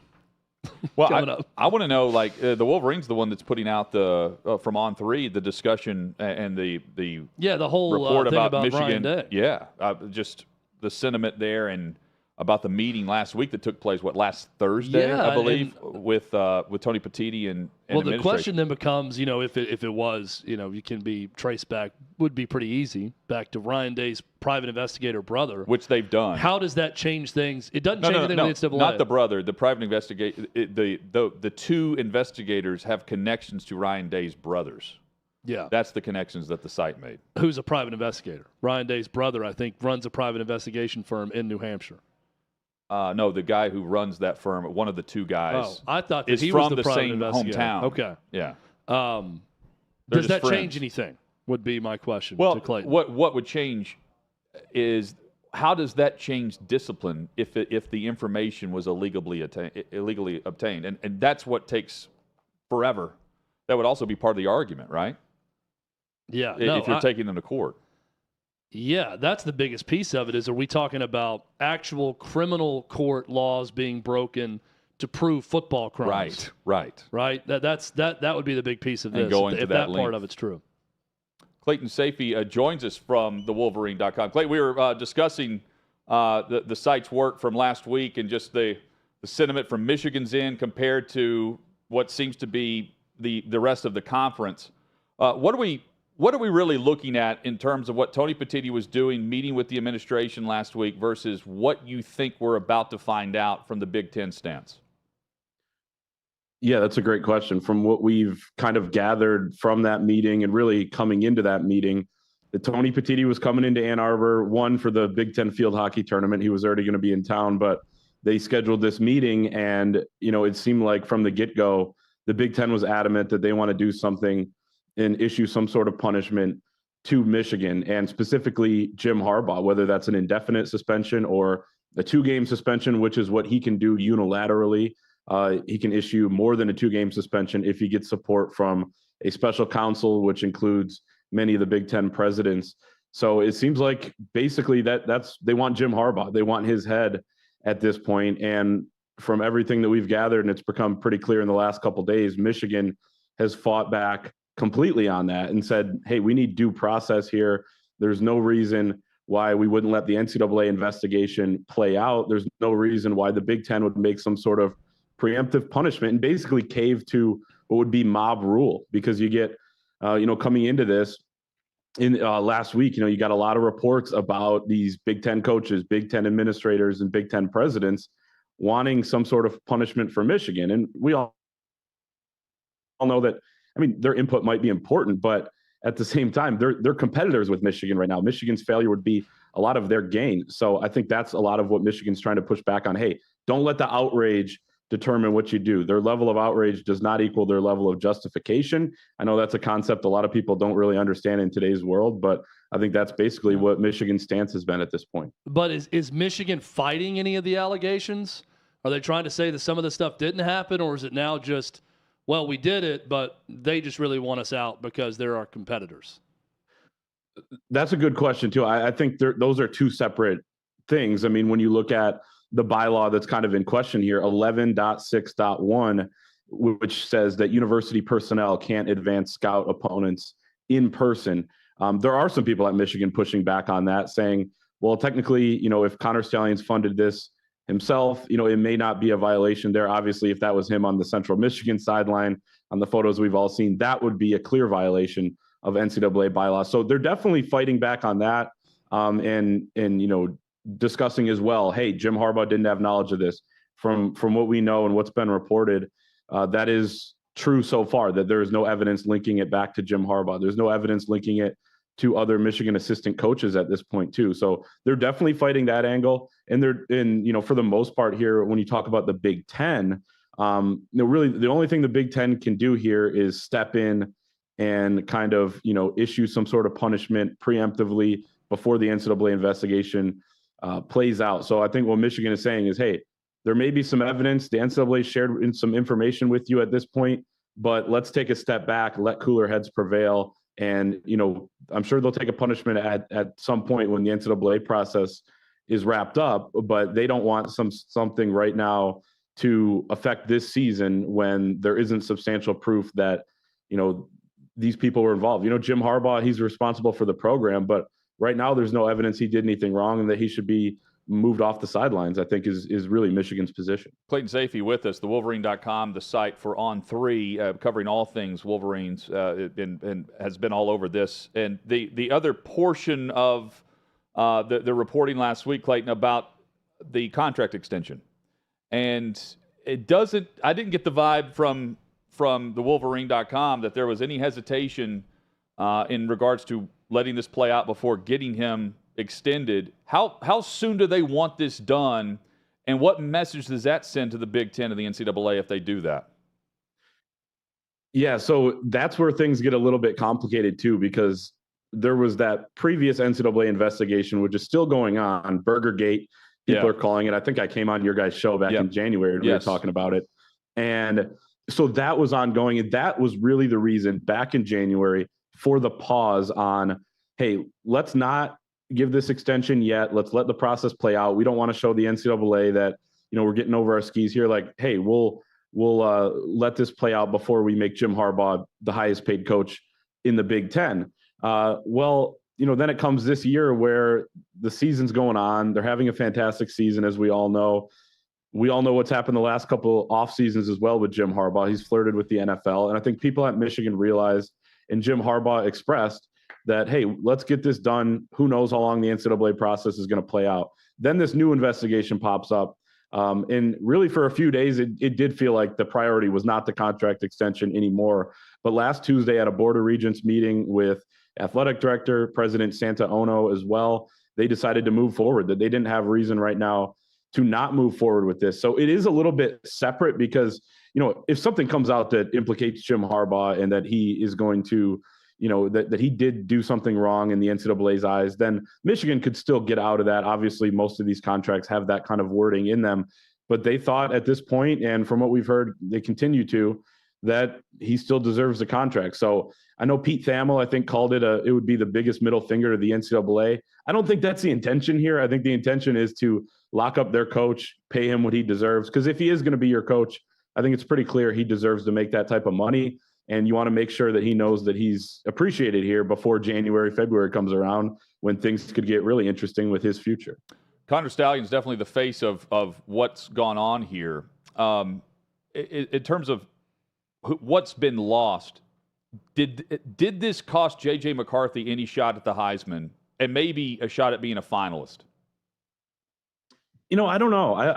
I doubt that. Although you probably will have some voters, and some of the Heisman voters are past players and Heisman Trophy winners and everything like that. Maybe it'll impact, the way they view it. Jim Harbaugh's talked about, not that specifically, but just people questioning them. Whether it's the players or the program itself or the success they've had. And he said they're just good. If anyone that watches football can understand that these are good players. He thinks they could send 20 guys to the NFL in this next spring's draft. So that would be, and I would tend to agree. I've watched J.J. McCarthy all year long. I've watched every game multiple times his entire career, and I think he is really, really good. So I don't know that any of this alleged stuff is impacting that. But I guess you just never know how far it would go in terms of the view, that different voters have on it. But it looks like from Vegas odds, he's still right in the mix there. And I will say, I think they have two great opportunities, and he has two great opportunities this month, Penn State and then Ohio State, which obviously carries a ton of weight. And we could see him in New York in December. Can you walk us through the sort of Adam McKay comedy film spinoff version of this? And I know what you guys have at the Wolverine, the connections to Ryan Day's family in terms of the investigation. There's been this mystery about the source of the material for how this investigation started or the evidence. What can you tell us about what you guys have found out the Wolverine in connection to Ohio State with this? Yeah, well, guys, this is a crazy story because it's not just an NCAA investigation. The way it came out, as you guys know, is that a private firm presented information to the NCAA, which is kind of unprecedented. And it doesn't absolve Michigan of any potential wrongdoing. Obviously, they'd still serve punishments and whatever. But I think people at Michigan were like, hey, where did this information come from? And who hired the private firm that it was, initially investigating? And there are people, I can tell you right now, working on figuring those things out. And I think some people are close to doing that. And some people think that it originates from people with ties to actually both of Ryan Day's brothers. One of them worked in the DEA. One of them's a private investigator himself. So, I mean, you want to talk about rivalry stuff? I mean, there'll probably be books written on stuff like this if that actually comes out to be true, because it'd be absolutely absurd. And, maybe a 30 for 30 on it as well. But I can tell you right now that people are trying to crack that, and that people at Michigan are frustrated with the precedent this could set, that somebody could investigate another program and then, get them punished. Does that open a can of worms? Does that set a precedent for people down the road? Let's have recruits followed and, and all that, in case they, they're getting benefits that they shouldn't be. I know NIL is the thing now, but I just think there's real frustration about that part. And from a storyline perspective, it would be absolutely insane if there's some sort of connection there. Well, and then one of the investigators that was hired is also from the same hometown or whatever. Is that also part of it? Yeah, I believe so. Manchester, New Hampshire. So that's where people are starting to connect those dots. And I think, and there are even some reporters from what we've heard nationally that are looking into that too, because this would be kind of one of a kind in that way, that a private firm would be informing this investigation. And there's also an element to it as well, where some at Michigan believe that the computer drive that the Washington Post reported on, I think last week or the week before, that was accessed by that private firm to get some evidence on this case, was potentially accessed illegally. And then the NCAA, will they allow illegally obtained information to inform an investigation? That's a big question, I think, as well. Don't know if it was illegally obtained at this point, but I can tell you that people at Michigan are looking into it, and their eyes have been pretty opened about, how dirty this whole business can get at this point. Is anyone going to confirm that was Connor Stallions at the Central Michigan game on the sideline? And I know you don't cover Central Michigan, but the AD said, we're going to investigate it. And all reports say someone who appears to be Connor Stallions is there. And then it's just kind of gone silent with no one saying one way or the other whether or not that was actually him, when I feel like everyone knows that was him. McElwain's even like, she's looking into it. Yeah, we know that wasn't the name they gave us on the pass. We can confirm that. There was a different name on there, not Connor Stallions. If it was someone else, it would be the easiest thing of all time to just come out and say exactly that was somebody else. I strongly believe that was him. I don't know how they haven't confirmed that yet. And maybe because I guess if you're CMU, you probably know it was him, but you're quote unquote looking into it. And frankly, somebody at Central Michigan probably will get in trouble for this because they're saying that McElwain didn't know about it and that sort of thing. There are some guys on that staff that were low-level guys on the Michigan staff that probably know him and could have let him in if it was him. Again, I don't want to be the guy to be wrong and get sued or something like that. But no, I strongly believe that was him, and it's quite comedic. And now the NCAA is getting involved with that aspect of it. I think if you can't figure out by now, it's not indisputable evidence, and I guess you just throw it out. How much worse is this story for Michigan? If obviously that's Connor Stallions.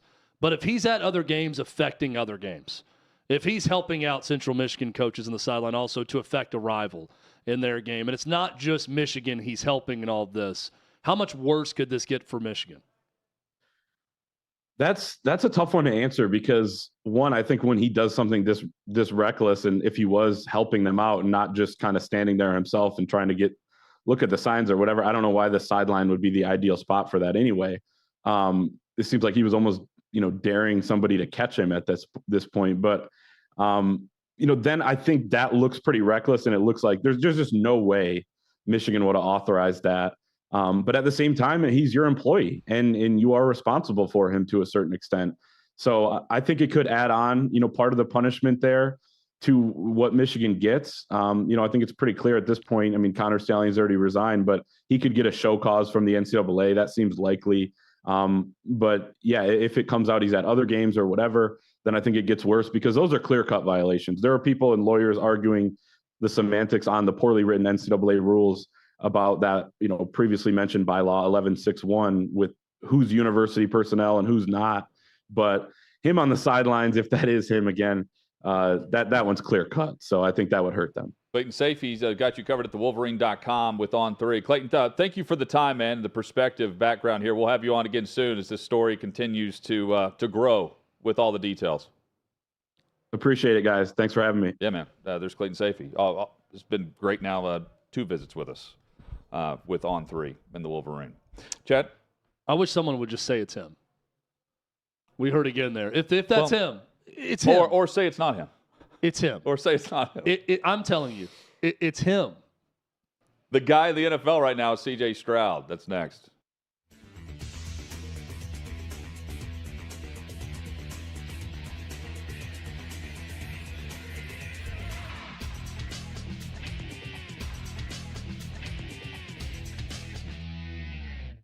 Quote, a good state champion caliber high school boys team would smoke the best team in the WNBA. Then this weekend, after the video was posted and the critics, of course, came for him, he doubled down on what he said, posting this on X. Quote, it's sexist to say women's basketball players aren't as good as men's. That was a question, obviously. It's my opinion, and I'm putting $1 million behind it. If I'm wrong, the WNBA team can take my money and make more from one game than they do for the entire season. Okay, so let's get into this because obviously there's a lot of people out there who are just assuming that Clay is being sexist, that he is trying to really punk the WNBA because let's be honest, the ratings for the WNBA aren't great, which is exactly why Clay made the joke at the end of that. If you were to give them $1 million for losing the bet, that would be more than the WNBA would make regularly for one game under normal circumstances. But the fact remains that men and women biologically super different, and that's what he's talking about. We even look at a boys' high school basketball team and the makeup of their players, what they're able to do, their size, their skills, and look at the WNBA players who are oftentimes much older. They're professional basketball players, but still, the level of competition would not at all be on the same playing field. So, Chris, let's get into that. What is your take on this? The fact that people would say that, Clay, you're being sexist, when reality remains men and women, super different, even at very different ages, different places in their careers, there would be no matchup whatsoever. I don't even think it's questionable. I love that Clay took it to him. I think a lot of times silence speaks louder than words. The Las Vegas Aces haven't said anything in response yet. Mm-hmm. So, look, you're right. I dug into the rosters, the Las Vegas Aces, and then, look, I've spent some time training at IMG Academy. I work with athletes at a school called Lou High, which is one of the top programs in the country. And we have guards 6'4", 6'5", 6'6". We're on the Aces. The tallest players are 6'3" and 6'4", and those are their bigs. So they don't even have anybody to really account for the bigs on the male teams. And I don't know that it's how in any way is this a sexist question. Thing to say. Yeah. Well, I have a woman, I think, who will be able to help answer this question. She is super smart. She's super intelligent. I am a big fan of her. Everybody, you're also a big fan of her. We all are. It just has to be said. So let's go ahead and bring in the woman of the hour, Riley Gaines. Hello, Riley. I'm happy to see you again. I feel like I get to spend so much time with you these days. I know, right? Very good to see you, and I will say it is rainy here as well, which just sucks. Okay, so are you, I know the last time we talked, you were like bouncing all over the place. Where are you right now? I'm actually in Nashville, but headed to New York today, so. I'll be on deck. Okay, well, welcome. You get to go from rain to rain. Yeah.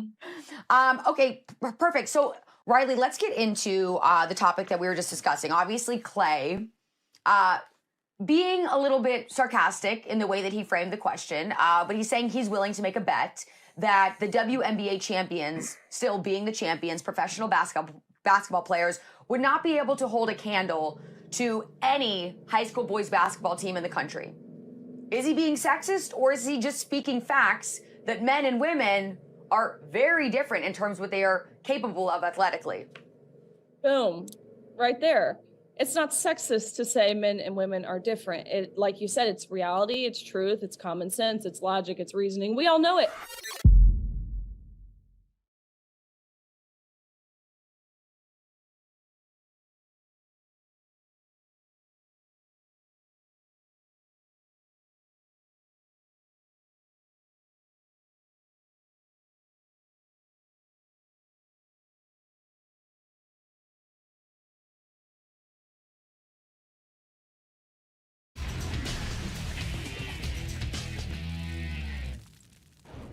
Sixth and Peabody are located with Yeehaw Beer and Old Smoky Moonshine. Hot Mike with Hunt and Withrow rolls on here on the OutKick Network.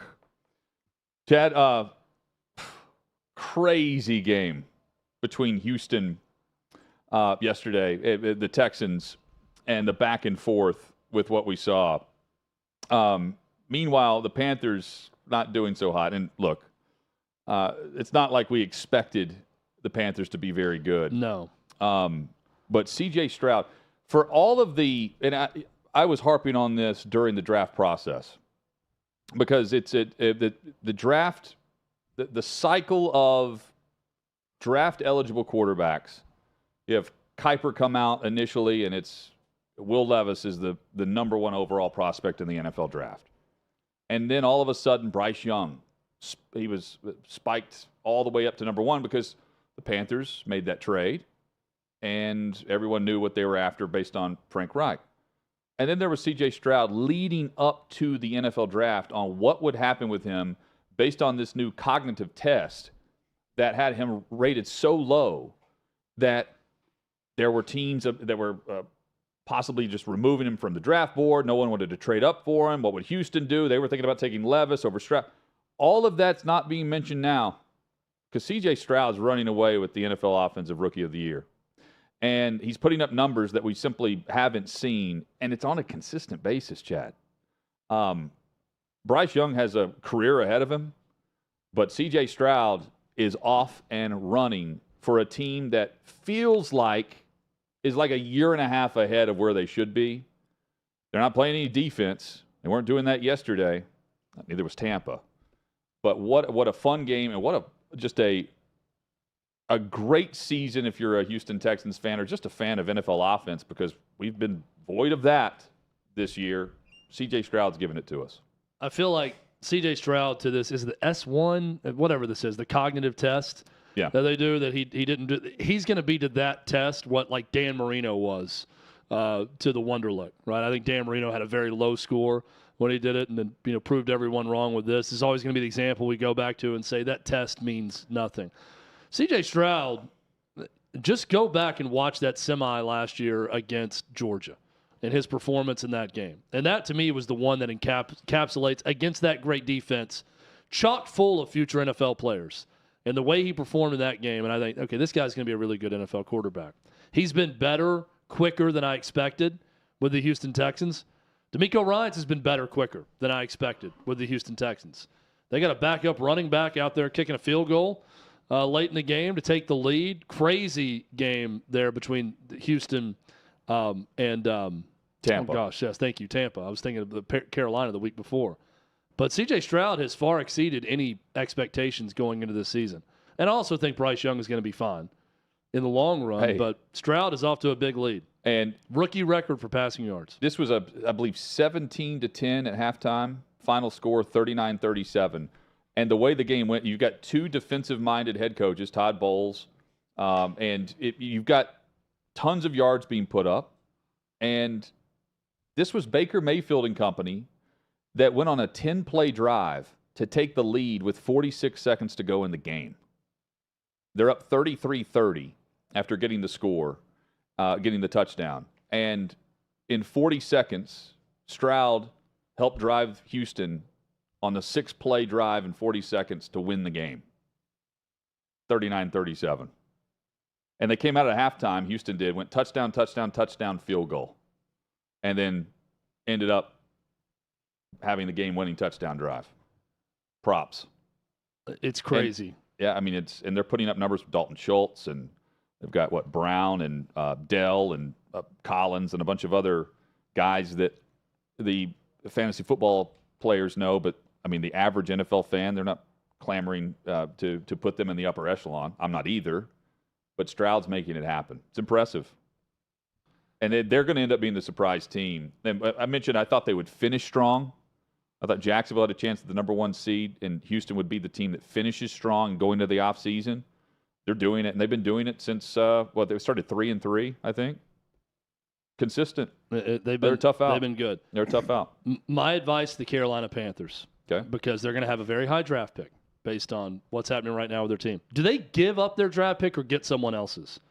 I forget what happens to them in the first, right? Or do the Bears have their pick? They are getting no, they gave that pick in order to move up. Yeah, the Bears have their pick. So Carolina's first pick will be likely pick number 33, I believe. Oh, goodness. Well, never mind.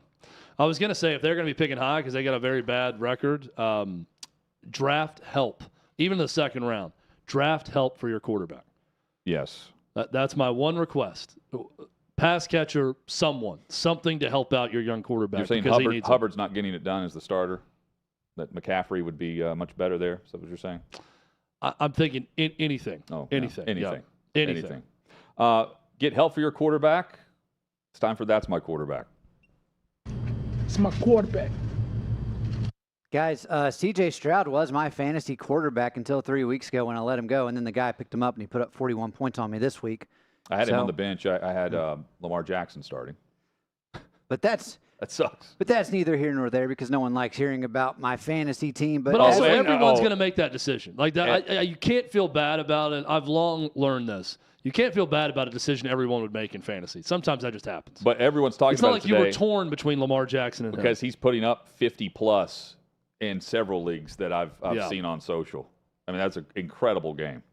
Because, you all were just talking about the draft, and so it's that time. Next year is the year. A lot of teams are already looking forward, and so for our first question for That's My Quarterback, this is the backup quarterback coming into the season that has the best chance of being their current team starter for the beginning of next year.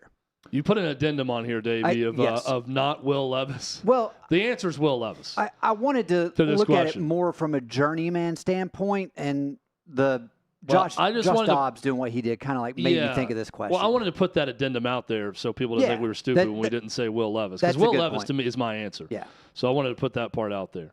I think it's Taylor Heineke because Desmond Ridder has been bad for the Falcons, but I also don't think Taylor Heineke is going to play to a level where the Falcons are going to come back with him as the starter next year. So I'm kind of up in the air on this one, but I'm going Heineke. Yeah, I'm looking at it. My example is a guy who I don't think is starting for his current team, but I went with Teddy Bridgewater because he's in Detroit. They've got Hendon Hooker and a redshirt year. That's a good one, yeah. But he's not. Goff's going to be the guy, right? And Hooker's eventually going to be the backup. Right. So Bridgewater, who's a very good backup, can also be a starter week one, especially in this league as we see the survey the different starters. I don't know if there's a current backup right now that I buy that is a starter next year. That isn't like a Will Levis obvious pick. Andy Dalton, but not there, not in Carolina. Again, it's tough to point to. Sounds like Sam Howell's going to get the contract extension. They're talking about that being reported. He's a good fantasy quarterback, not so much a good NFL quarterback. Yeah. Right now the backup's Jimmy Garoppolo. And with a lack of good starting quarterbacks in the NFL, if you're starting one of these backups, it's just a bad situation. For your current team. I feel like we're just saying that this team's going to be in a really bad spot if any of these guys are the starter going into next season. Yeah, unless they just, and I don't think it happens, unless Kenny Pickett's just not the guy and they end up going with Trubisky. But I don't think they're throwing in the towel on Pickett. They'll throw in the towel on Matt Canada. It's a good point. Guys, going into our next one, this quarterback will be a journeyman quarterback, and this could have been a guy that was thought to be the franchise quarterback this year, But after this season, we've realized they're not there for the long term. Chad, it's Jimmy Garoppolo with Vegas. Aiden O'Connell's the guy that they end up winning. I mean, the celebration in the Raiders locker room with the cigars and all that. I mean, you want to see what the culture was like with Josh McDaniels and Dave Ziegler and Jimmy G as a quarterback who's won. He's not an elite guy, but he's won as the starter. He's going to bounce around. He's just signed a 3-year contract, but I mean, again, they go with the interim, and he's part of the problem, not the solution. After signing the contract this offseason, they benched him. He's either hurt or now he's the backup, and he's an expensive one at that. I think he's, again, likely on the move. And, again, that's the definition of NFL journeyman. I hate this for the Giants, but it's Daniel Jones. He is about to be a journeyman quarterback. And this comes after a year where he had a resurgence in his career where it looked like he was going to be the guy, and the Giants rewarded him with a bump up in pay and some assurances that he was the guy moving forward for Brian Daboll after that year one. But poor play, injuries. Now he tears his ACL in a routine drop back against the Raiders. Injuries are going to be the biggest part of this, but Daniel Jones is headed for a life with a clipboard in his hand for the rest of his career. Yeah, and some of these games we've had to watch just because of injuries this year have been rough. So for our next one, someone send help. It's been rough to watch this quarterback play. So what's the worst quarterback matchup you guys have seen so far? Man, there's so many to pick from. So I knew yesterday was historic in the amount of backup quarterbacks starting for teams. So I just went through yesterday's matchup, and I spotted Aiden O'Connell, the rookie out of Purdue, versus Tommy DeVito once Daniel Jones went down for a bulk of that game. And that's one that rang true to me as being a truly pathetic battle of quarterbacks that the Raiders ended up routing the Giants in that game. Hutton, I love your answer to Mine's this. from week one. It's Ryan Tannehill against Derek Carr. What a pathetic performance and game plan going into that game by both teams. And Ryan Tannehill in that game, 16 of 34 passing. All of a sudden, 198 yards. At 34 attempts, he couldn't crack 200 yards passing. 3 picks. Quarterback rating of 28.8. Followed by Derek Carr, who completed 23 of 33 of his passes, but the Saints could only muster 16 points with him throwing for 305 yards. And I look at that and think that was an omen. That in a nutshell, with this matchup, tells you where offenses are right now. They're not scoring a ton of points by and large, and when they do, we're heaping praise on C.J. Stroud instead of discussing Josh Allen or discussing right now Patrick Mahomes or Tua Tagovailoa. And just a quick point before we get to our final one. The reason we're seeing so many roughing the passer penalties this year is because the league has put down the notice like, hey, this is what we got going on right now. We got to do everything we can to protect the quarterbacks. So it's like even if Mac Jones just gets tackled, we'll throw the flag on that one. But, guys, switching it up to college, we have 3 weeks left in the regular season plus the conference championship weekend. So who is your 2023 Heisman Trophy winner? Well, in a football season where I've not gotten much right when it comes to our bets on college football and everything else, this is one that I feel pretty confident in having nailed before the season started. He was my Heisman Trophy winner before it all started. His team was my surprise college football playoff team. I'm not wavering from that now. They're still undefeated, and he's putting up video game-like numbers. Michael Penix Jr.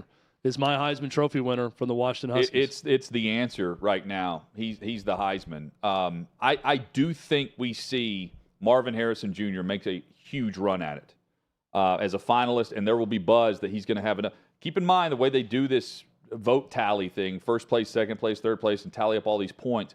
I think some of the quarterbacks will cancel each other out, quite frankly. I love Bo Nix. I love this. It doesn't feel like the voters are truly going to put him number one, right? Yeah. Same for Jaden Daniels. I think it's Michael Penix Jr. or the other quarterbacks cancel each other out, and you end up with a position player similar to what we saw what year was it when the quarterbacks were there? It was Trevor Lawrence was it Bryce or Tua? Tua as a finalist, I believe. And then we ended up seeing Smith win it. Well, I think from Bama. Yeah, Devontae Smith's Heisman year. I think that was 2019. 2019. So I think it's going to be Penix. Outside shot right now, based on big games coming up. Okay. 5th in the Heisman odds today, Carson Beck of Georgia.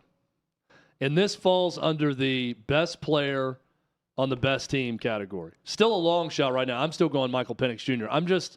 I'm floating that out as a guy who may end up going to New York, which would have been crazy 3 or 4 weeks into the season to even say that as a possibility. I'm also bringing up the storylines of a week from now or 2 weeks from now today.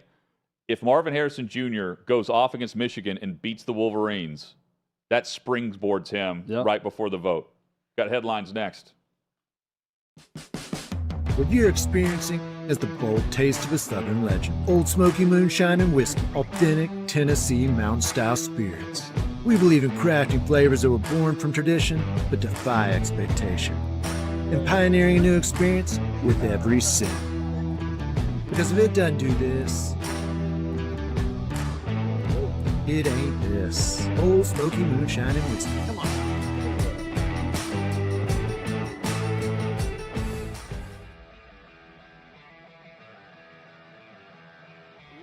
Welcome into OutKick the show. I am Clay Travis, your fearless leader. I am going to continue to argue that sports is one of the great unifying forces in all of American life.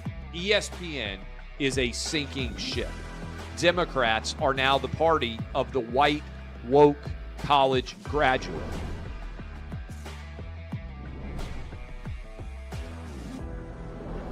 We live in a land of participation trophies. You gotta lean into the turns. You really gotta lean into the turns. When Leah Thomas walked in that first day, it got silent, and every girl was uncomfortable. Very difficult to go back-to-back years in the NFL with the number 1 overall pick. Is it fair for people to be upset with Barbie? I've been out of LA long enough to have forgotten that libs, no matter how ridiculous the scenario, are gonna lib.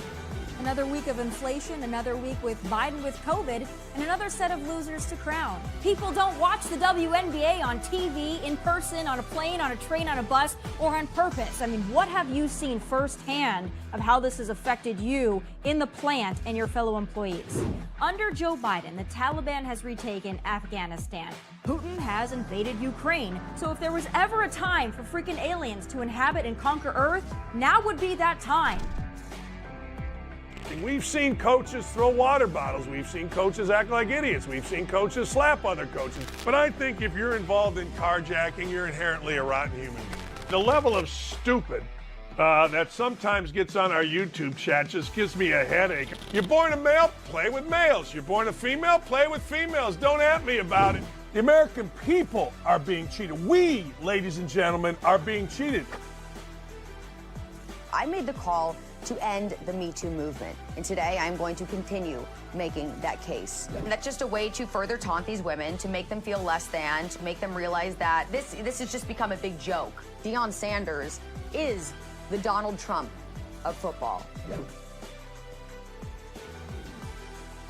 We were directly impacted by the whole Leah Thomas thing, and we were able to see you guys on the ground with your signs supporting.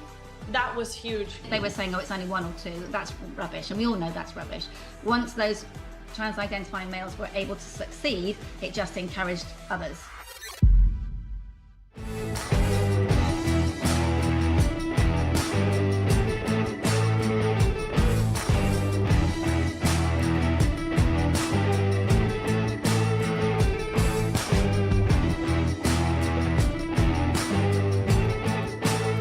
Old Smoky Moonshine and Whiskey, bold taste of a Southern legend.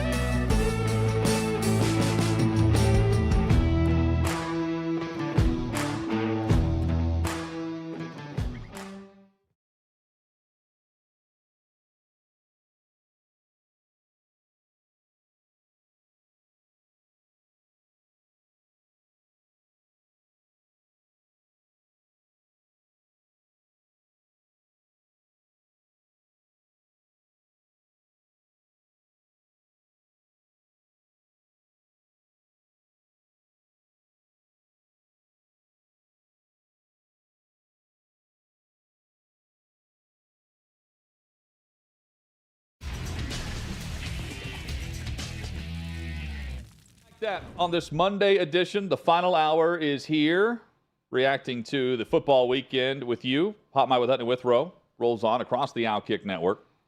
Coming up, alphas and betas of the weekend, plus a preview for Monday Night Football between the Chargers and the Jets. Chad, how would you describe the show so far? Fast-paced. I think we've been moving along pretty quick. I agree. Lots of stories to hit, so it's been a lot of fun. What was your favorite game of the weekend? Favorite game of the weekend? Mine was Bama LSU. Bama LSU's up there. Texas A&M, Ole Miss. Bama LSU, I wanted to be better of a finish. It was a fun atmosphere for the game. You know what? I'll give you my favorite game was Bedlam. Okay. Watching the conclusion of that. Just the 4-pack of teams and quarterbacks that we had on at the same time between Bama LSU and Washington USC, where they're putting on all four are putting on a show. Yeah. That was fun. Saturday night. A blast. I was tuned down, but I was locked into South Carolina and Jacksonville State. Oh, yeah, you were texting us updates. I was watching a lot of that as well. 28-28. South Carolina goes and gets a field goal. It's 31-28. Jacksonville State's driving. They're at their 30, 35-yard line. They've been scoring all game. Timeout by Beamer to save some clock with 2 minutes and 10 seconds left or something. Come out of the timeout, pick six. Ball game. They were right there in position. Sucked. Well, the SEC 11 a.m. starts, minus the Tennessee-UConn blowout. South Carolina, Jacksonville State, great game throughout. Arkansas, Florida goes to overtime, right, in that one. And then all this was ending around the same time. You had Texas A&M having a field goal blocked by Ole Miss that would have tied it at the buzzer of that game. Then Ole Miss hangs on and wins. You know about all the animosity with being called a clown that Lane Kiffin was by Jimbo Fisher. How about Kiffin's drop during game day? Yeah, go Tigers. Yeah, I'm told. Well, how about Kiffin's drop during one of the plays during the game where he's running down the sideline celebrating? He's doing the go to sleep sign to the Texas A&M sideline, up 7 in the first quarter. I love it so much, and man. Had to block a field goal to win it. But that finish was great. Kansas State going for 2 against Texas, kicked the extra point. Go to it or kick the field. No, it was an extra point. Extra point at that point because they were in overtime. They were going for 2 in the win. How about Texas giving that? They should have. Kansas State should have won that game based on the way Texas gave it away late. They escaped. They claimed the jaws of defeat away from victory on that for sure. Top headlines of the day: Scorched Earth on Hot Mike with Hutton and Withrow. Bill Belichick and what could be next for the New England Patriots. Boston Globe's Ben Volen with the report that Robert Kraft reportedly has a top choice to replace Bill Belichick as Patriots head coach, and it's not Gerard Mayo, who's on their staff and turned down opportunities to either interview or return for a second interview for head coaching interviews a year ago. According to Ben Volen, what he's being told, the preferred replacement is Titans head coach Mike Vrabel and now Patriots Hall of Famer Mike Vrabel. And the rumor about Vrabel, he had a big story about this, about how the Krafts feel about New England's future. And that also includes general manager paired with whoever that next coach could be.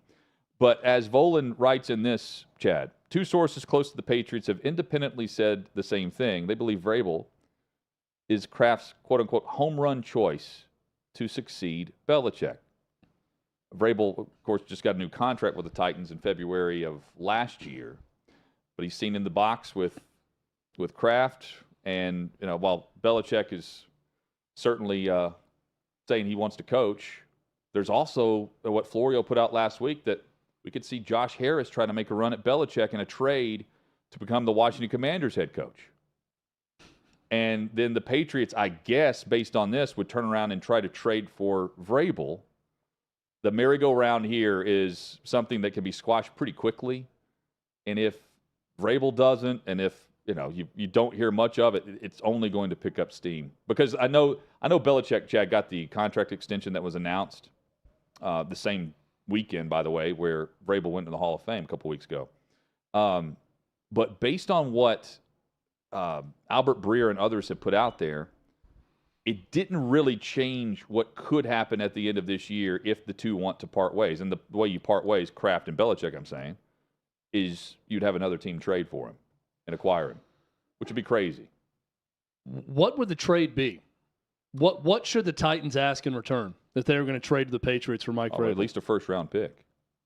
Could they get a first and a second? Yeah, I mean, Gruden got 2 firsts, back-to-back years of first-round picks from Tampa. Well, then the question becomes: if you're the Titans that needs draft capital, but are you giving up Mike Vrabel for, let's say it's a first and a third rounder? Well, think about let's ask this question: what would Washington give for Bill Belichick? That's the first question, and then once you know, because that's got to happen first. I think that the asking price for that should be less than Vrabel. And I know that Belichick's won all the Super Bowls and all that stuff. Belichick has been a disaster since Tom Brady left. Belichick might get fired. So if you're willing to do business and trade with the Washington Commanders, if you're the Patriots, if I'm Josh Harris, the Commanders, a light bulb goes off my head and says they don't really want him. If they're trying to do business here with this guy, they're going to have to fire him, if not, and go get the guy they want. So we're going to give him a 5th-round pick or whatever it is, and we'll take him off your hands. It'll be more than that, though. I think it'll be more than that, but then trades for coaches are generally extremely This high. is a fun hypothetical to play, though, about what each coach would be worth to the other team. It feels like, for the Titans to want to give away Mike Vrabel, what would be the asking price that would actually make them want to do it? Because that's the biggest piece, is you can't go and raid someone else's that's on contract. This isn't college football where you can hire anyone you want every offseason. You got to make a deal if it's a sitting head coach under contract with another team. So what would the Titans want in return to give up Mike Vrabel to go back to the Patriots? Then I love this scenario also. What would the Commanders have to give up to the Patriots in order to get Bill Belichick? That triangle of trades and movement that could take place would be incredible to witness. So the most recent trade is Sean Payton, who was out a year. The Saints, in return for letting him out of his contract early, got a first-round pick last year and a second-round pick in this upcoming draft, but they sent Sean Payton and a third-round pick to Denver. So they bundled that. The other trades that come to mind, Bruce Arians went from the Cardinals to the Bucks. That was a late draft pick in that year. Herm Edwards was traded for a late day 2 pick maybe. And then Gruden's the one that everyone references. 2 first-round picks, 2 second-round picks, and $8 million. And that was Gruden fresh off a Super Bowl appearance. Yeah, yes. Right? Yeah. And then he turned around and won with the next Tampa year in 2002. And then beating his old team. Yes. And then Belichick was traded from the Jets to the Patriots for a first-round pick, a 4th-round pick, and a 7th-round pick. And Parcells was traded from the Patriots to the Jets for a 1st and a 2nd. Give me that Sean Payton deal one more time. First round, second round the next year, and they sent a 3rd round with Sean Payton. Yes. Do the Titans do that deal with the Patriots? Well, it depends on the relationship between Vrabel and Amy Adams Strunk. Yeah. He just got a contract extension last year. And he has the power. He's making the decisions in Nashville. But, I mean, he would make the decisions in New England, too, if they traded for him. If he's the dream candidate for Robert Kraft, that guy has no issues giving up authority. I do think it's important to point this out, though. Diana Rossini is not reporting this. This is coming from Boston media and Ben Volen, who's been there for a while with the Globe.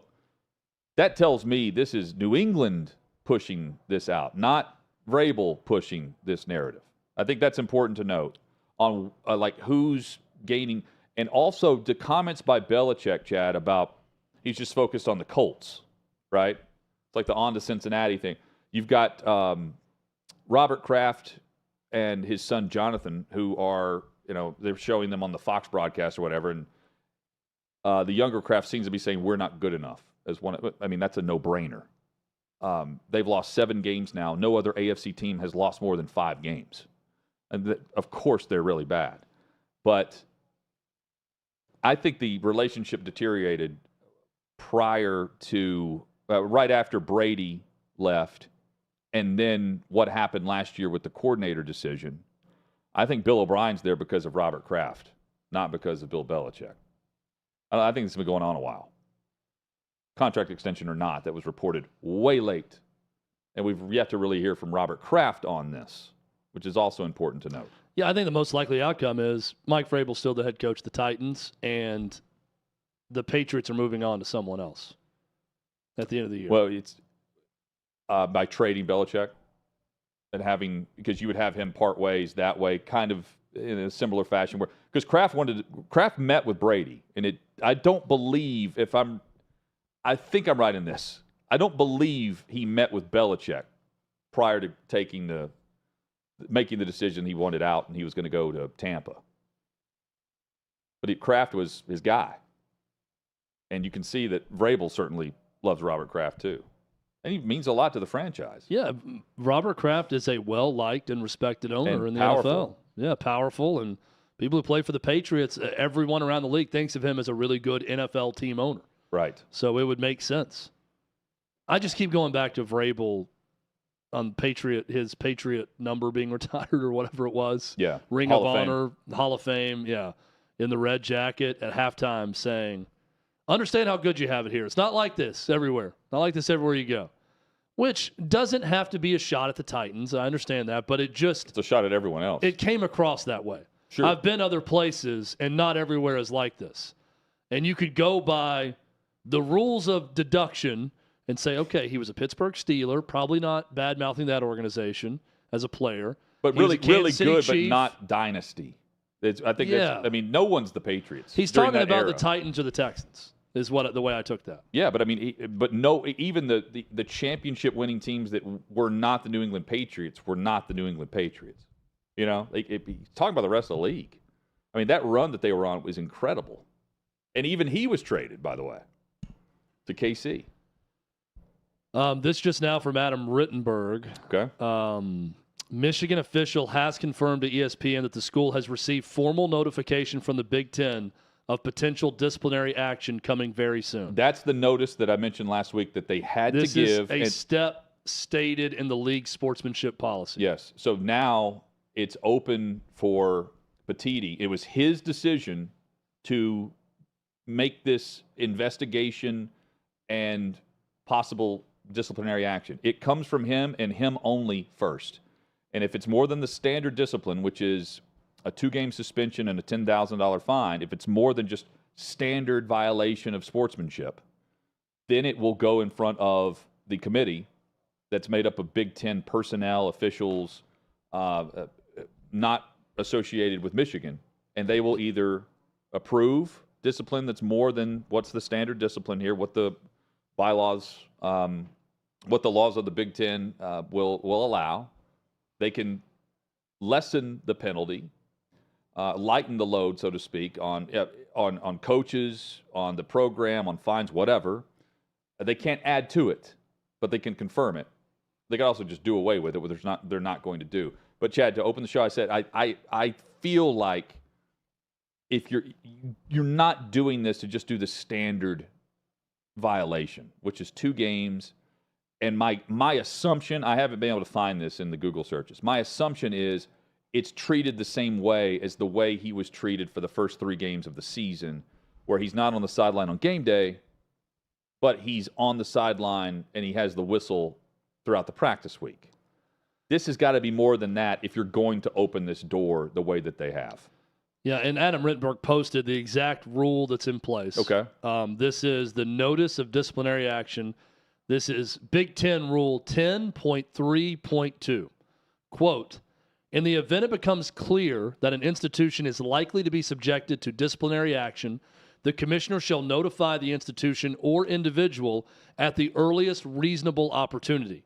Under no circumstances shall the commissioner comment publicly regarding either an investigation or disciplinary action without having first provided notice to any involved institution or individual.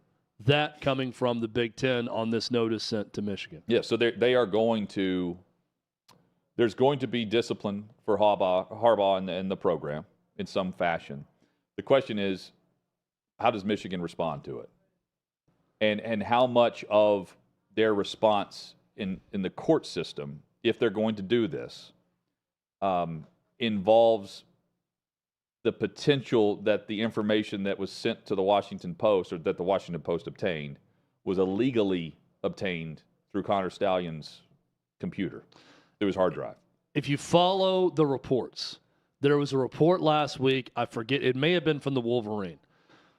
And I think it was that long report from the Wolverine. They had a lot of different info in there. Yes. But it said possible compromise could be a 2-game suspension for Jim Harbaugh. Which is the standard penalty. I think that's what's coming. And also, what does a 2-game suspension mean? It means he's back for Ohio State. It means he misses Penn State and at Maryland, and he's back for the big game. On game days as well. He's back totally for that game. Yeah, but I'm saying he misses Penn State and Maryland on the sideline game. That's my assumption based on what the NCAA saw Michigan hand out. Look, it's not nothing, but it also feels like sort of the easy way, path of least resistance right now for the Big Ten to come back and say we've done something. Yeah. They also probably already know this is an action that will not merit a legal response from Michigan. I think Michigan would just accept this. Yes. I think they were meeting and discussing that. I think the fact that the Wolverine is reporting it, they're getting this from Michigan's side, they're hearing they're not going to sue the Big Ten with that penalty. They'll accept it and move on. And the way that the rule reads for the commissioner going above the standard penalty, it fits the description of what's happened here. But you have Michigan threatening legal action, which if they do and it gets caught up in the court system, we're back waiting on a decision while they move through the college football playoff.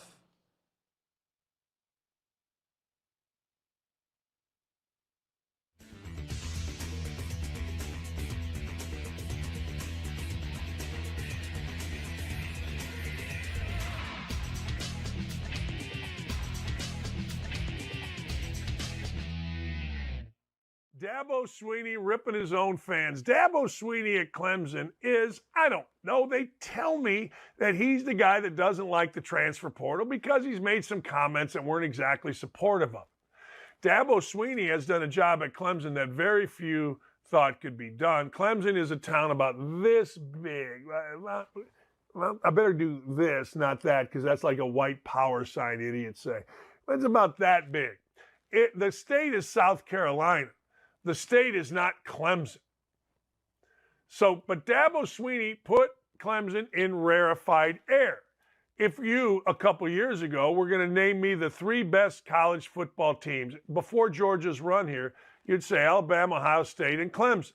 That's kind of who it always came down to. It felt like. So Dabo Swinney is now the victim of something that is good in one way, but it's bad in another.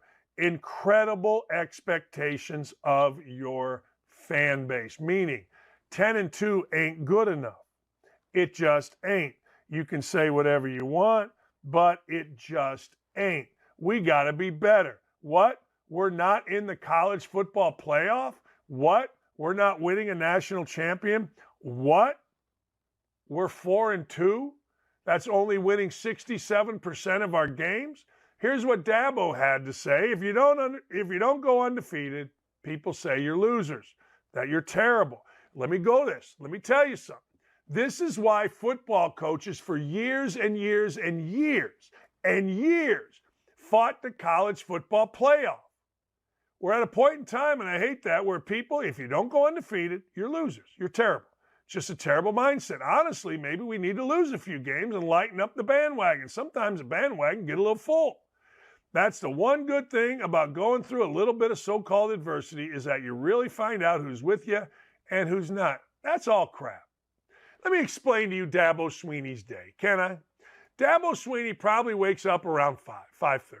Dabo Swinney smokes shit, shower, shave, shampoo, goes to the office. Probably has a meeting at 7. Dabo Swinney then is probably in different meetings with players or recruits, or maybe the administration, and maybe watching film, whatever. Then he has practice.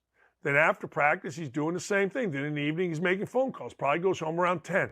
At no point in time in his day, his week, his month, his year, is he finding out who's with us and who's not with us. It's not like there's a list. Now, maybe you find out what media member wants to rip you, but on a daily basis, a monthly basis, you're not finding out any of this crap. It's very simple.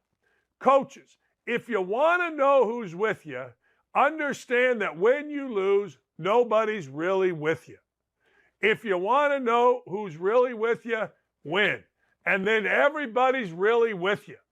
It's literally that simple. As my father used to say to me, Dan, we're with you, win or tie, and we ain't so sure about the tie. So shut up with that stuff, win some football games, and don't sweat it.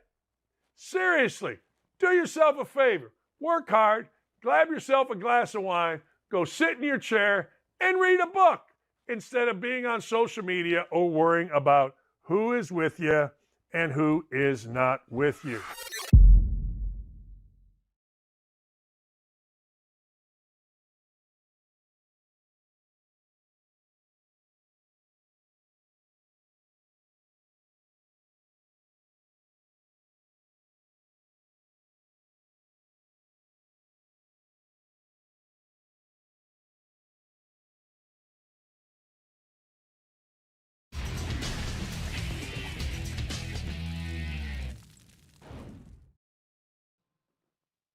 So the latest from Adam Rittenberg is that formally the Big Ten has alerted Michigan that they have opened the door for possible disciplinary action regarding the Connor Stallion saga and sign stealing and violation of the Big Ten's sportsmanship policy, which the standard violation, Chad, is up to a $10,000 fine to 2-game suspension.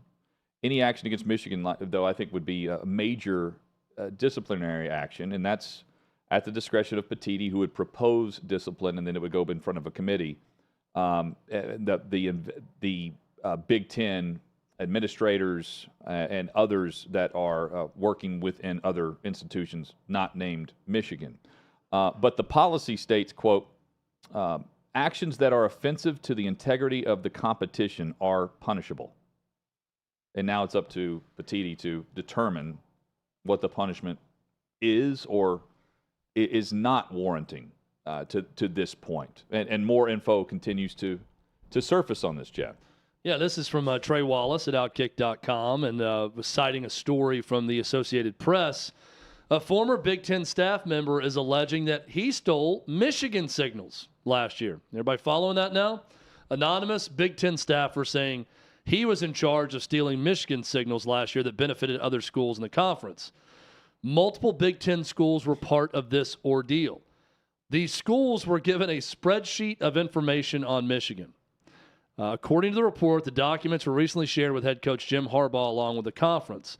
Quote, the spreadsheet was compiled with details from a handful of coaches and programs across the Big Ten. He also said that he gave details to Michigan last week because he hoped it would help Jim Harbaugh's embattled program. He believes Harbaugh and his coaches are being unfairly blamed for the actions of a rogue staffer. Okay. So someone's upset that Michigan is in the news for this. Well, so it's a former Big Ten staffer. You know who that is? You know who else is a former Big Ten staffer? Connor Stallions.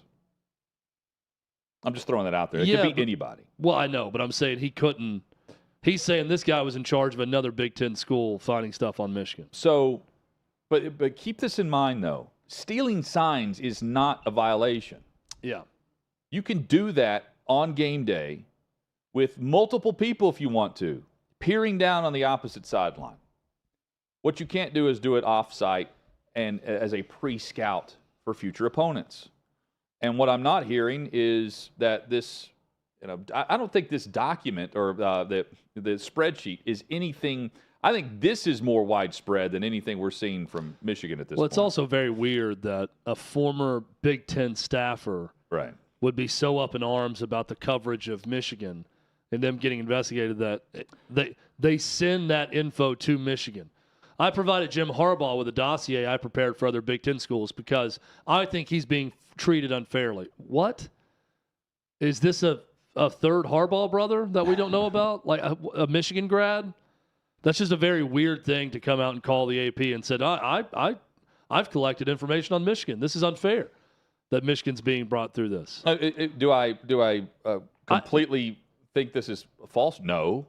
I don't immediately just shove it to the side. I think this goes on. But the question is, how were those signs and information? Yeah. How was that obtained? Was it obtained by scouting other games I'm in also going to person? go with what the actual people who put their name on the record have said about this. Sure. And that is the coaches who have spoken about it have said, I don't know that I've ever seen anything to this level. Kirby Smart, Ryan Walters of Purdue last week. There are others that have said, yeah, the people are trying to see your signs from across the way during the game or whenever. Yeah. Or the TV copy. But I've never seen an orchestrated deal to this level that we're talking about with Michigan. If that's the case, Michigan should be hit and hit hard for this. And look, whatever being hit hard is up to your definition of that. To me, it's Jim Harbaugh is no longer the coach when all this is said and done. That's the worst way you can hit Michigan because they clearly love Jim Harbaugh. And he's won a lot of games recently, and they want him to be around. Well, there are others that clearly love him by if there's a way to connect him to it, no one's doing that. Just like no one, like the idea that Connor Stallions was going to, pull the Kirk Herbstreit travel plan and be in, on the East Coast at 11 a.m. and somehow make it to a Pac-12 future opponent game. I mean, that spreadsheet that was obtained by the Washington Post is pretty detailed, prices, tickets. And you have others that are surfacing saying, yeah, I was asked to do it. I was approached, friend of a friend, whatever. But there's a trust factor there. There are layers to that, Chad, that don't just randomly happen by sliding up in someone's DMs asking if they want to go to a college football game on Saturday afternoon. Of course. The information you're going to obtain, you want it to be accurate. It's going to be coming from someone that has coached the game, played the game, knows what they're looking for, and knows what's the dummy call versus not. And you're giving that back to Stallions, who's, by the way, he's also put his name to this story this past weekend by saying that Harbaugh didn't know about everything that was going on with what he was doing. So he's admitting that this was going on by saying that. Michigan's put their name to this story by suspending him originally and then accepting his resignation. Just so happens it was right after Tony Petitti was on campus. Yeah, they moved on to this is not a big deal. To the defense now is he did it all on his own. We had no knowledge. Guy's crazy. A lot of people. He's a lunatic. He's written a manifesto, which I still need a definition on how you write a manifesto, not a journal entry. Or a dossier. But he wrote a manifesto. It's not a mission statement. It's a manifesto that he wrote about Michigan. He enacted it all on his own. He's got these crazy theories in his head. And we just thought he was really good at breaking down the TV footage. That's going to be their defense. That, yeah, he was giving us signals, but we thought he was doing it on TV. We thought he was doing it legally, within the rules. I don't buy it. But it's also, what can you prove in this? This is what Michigan's falling. Michigan's writer we had on today was spouting back exactly what Michigan's going to say. Because he knows exactly what their defense is going to be. Well, rogue agent, went on his own, did this. We didn't know. Any video you see of him saying, pressure right, and us reacting to it was us just saying, oh, the dude's really good at watching the All-22 and getting everyone's signs. That's all we thought he was doing. We didn't know he was illegally scouting offside. That's going to be Michigan's defense. I don't buy it. You shouldn't buy it. Big Ten coaches certainly aren't buying it. But that's what they're going to fall back on. Well, the only but how do you prove it? We don't buy it, but it's up to them to prove it. The proving it comes with what digital trail was left in this. Text messages. What does this PI firm, what does Ryan Day's private investigator brother in New Hampshire, what does his group have? That's where you get them. But you got to have some sort of proof. Correct me if I'm wrong. Communication between coaches. The Vanderbilt, Tennessee scout connection. Correct me if I'm wrong. That was the post where it was said in that post, you do whatever you're doing, but you don't say anything to Harbaugh about it. He's not involved about. That was also one of those little details in there about how much he wanted to know versus knew versus ultimately did know but didn't know through the actual source that was obtaining the info. Yeah, there was the text messages back and forth with a former D3 coach, I think is what you're talking about, where Connor Stallions was like laughing about, the big guy doesn't know. We don't ever give anything directly to him. But I think he also alluded to talking to other coaches. other coaches, but specifically not Jim Harbaugh. Right. You know, it's like the Don. He's the you can't make it all the way up to the top. Yeah. Plausible deniability, which again with the NCAA does not work. There's now a clause that you're supposed to know. It does not work, but it works in the favor of the institution based on the timetable of how long it takes for it not to work. Yeah. Right? And that's what's at issue here. And if you're going to end up in a court battle between Michigan and the Big Ten, and it's just going to pause everything, you know, everything you put everything on, put it off to the side, and the season continues, then what difference does it really make? Because the season's going to play out. Big Ten ultimately still gets their cut of whoever's representing in the college football playoff for them. They're $80 million. And 4 years from now, we see the result of what happened with the Kansas Jayhawks from 2018, where Bill Self isn't penalized one bit. I mean, it's crazy how long it takes sometimes versus common sense. And if all of this links back to Harbaugh, he has some extremely loyal coaches and staffers. I think it also, again, how exceptional was this? That's the big question. What Bill Self was doing while getting caught and was bad is not exceptional in college basketball. The way shoe companies operated and the way top players were paid, right? Sure. This seems exceptional. If it's true that what others are claiming, that no one else is going to this extent, and that Michigan is really the only one, I've said from the beginning, Michigan's best defense is that this is widespread, that they can show that a lot of other programs are doing the exact same, then everyone thinks twice about what this is. It's widespread. And how to clean this up, right? And the information at the other institutions where they're doing it isn't illegally obtained off of a hard drive. That's their excuse. It's certainly the gist of this to me sounds like everyone in the Big Ten is saying, this is clear cheating and we're not doing it. They're the only ones doing it. Okay, put your neck out there that way. If your house is clean, fine. That's what the Big Ten is saying with their coaches. We'll find out. Can the Petiti suspension that's coming, now that they've opened this door, we know discipline is coming. Do you think he'll go as far as to suspend him at least through the Ohio State game? Because, in effect, that's the best chance that he would have of keeping them out of the college football playoff for the Big Ten championship game. You know what I mean? Like the length of the suspension, while it wouldn't be indefinite, you're going to have to win without him on the sideline against the biggest opponents, Penn State, Ohio State. Well, and if they win against Penn State and Ohio State without him, why do you need Jim Harbaugh? But keep in mind, at some point I'd be like, why am I paying this guy so much money? But also just keep in mind, like they look good in the first 3 games without him against bad competition. But he's in the game. He's game planning. He's working every day. He's just not on the sideline for the actual kickoff. I mean, they can't do that. I don't see how that does anything. I think if you want to send a message, you suspend him for the next 2 weeks where he has to leave the program. Yeah. Week of practice, those 2 games. That affects them more. And then you're going to get a huge bump when you're already going to get everybody watching that big noon kickoff game with Michigan and Ohio State.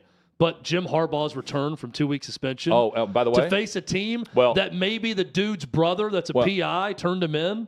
Well, I'm saying, though, that's great theater. If you're Tony Petiti, why do you even go down this path? Why is it good enough for everyone barking up the tree to do something about it if you're not going to attempt to keep them out of your conference championship game? And by doing that, you could prove it on the field, but you're not going to do it with the head coach that was overseeing things or didn't know but should have known what was going on because of the integrity of our conference affecting to an egregious level, again, based on the way the rule reads, what was taking place with other member institutions. You want me to go deeper into my conspiracy brain? That's how you would send the message that you want to send the message? Ohio State, and by the way, the pressure on Ryan Day, if Harbaugh's not coaching that game, to beat Michigan, massive. You want to send the message? Officiating can take over. And you watch, if there's a controversial call that goes against Michigan and they lose a game, you know what Wolverine fans are going to claim, whether it's true or not, is that the Big Ten office needed to see to it that they weren't the representative in the Big Ten championship game. Yeah, but see, I don't buy into the conspiracy of that because of the integrity that would be leaked. Oh, no, I'm not saying they're going to do it. I'm saying now that's going to throw a bigger cloud on it. Because the way you take care of it is prison justice. You got to handle it yourself. Right. Penn State needs to beat them at home. And then Ohio State needs to beat them for the first time in 3 tries. And then you do that, and they're gone. They're out of the playoff conversation. They're not in the Big Ten championship. That's how you handle it. They don't have your signs now. You've had to change them. So go beat them. That could be the message from Tony Petitti also. Let the NCAA handle it. We're not going to get sued as a conference. Go beat them. Well, but you know how this works with fans. You know that there's going to be if the officiating goes bad, it's going to suddenly be yes, it happens, but now there's a legitimate. They really don't want Jim Harbaugh and Michigan to be representing the conference here, so now the officials are taking over. Sure, but I mean, the officials officiating's bad in any game we're watching. I just don't. The conspiracy that it would go to that level. Can you imagine if the officials came out us as the Big Ten officiating? No, I'm not saying that. I'm not saying that the conspiracy is going to go that far. I'm saying the conspiracy theorists are going to go that far. That now this is going to be the talking point if Michigan gets a bad call. Well, it's all sure, but the vast majority of America that just want to see the justice to this, but also the right thing come about where you win your way into the college football playoff instead of knowing the plays that are coming as you win your way into the college football playoff. I think everyone's rooting for Ohio State and Penn State to do exactly what they should do. They got to do it. And can Ryan Day, what happens if he doesn't do it with Harbaugh suspended?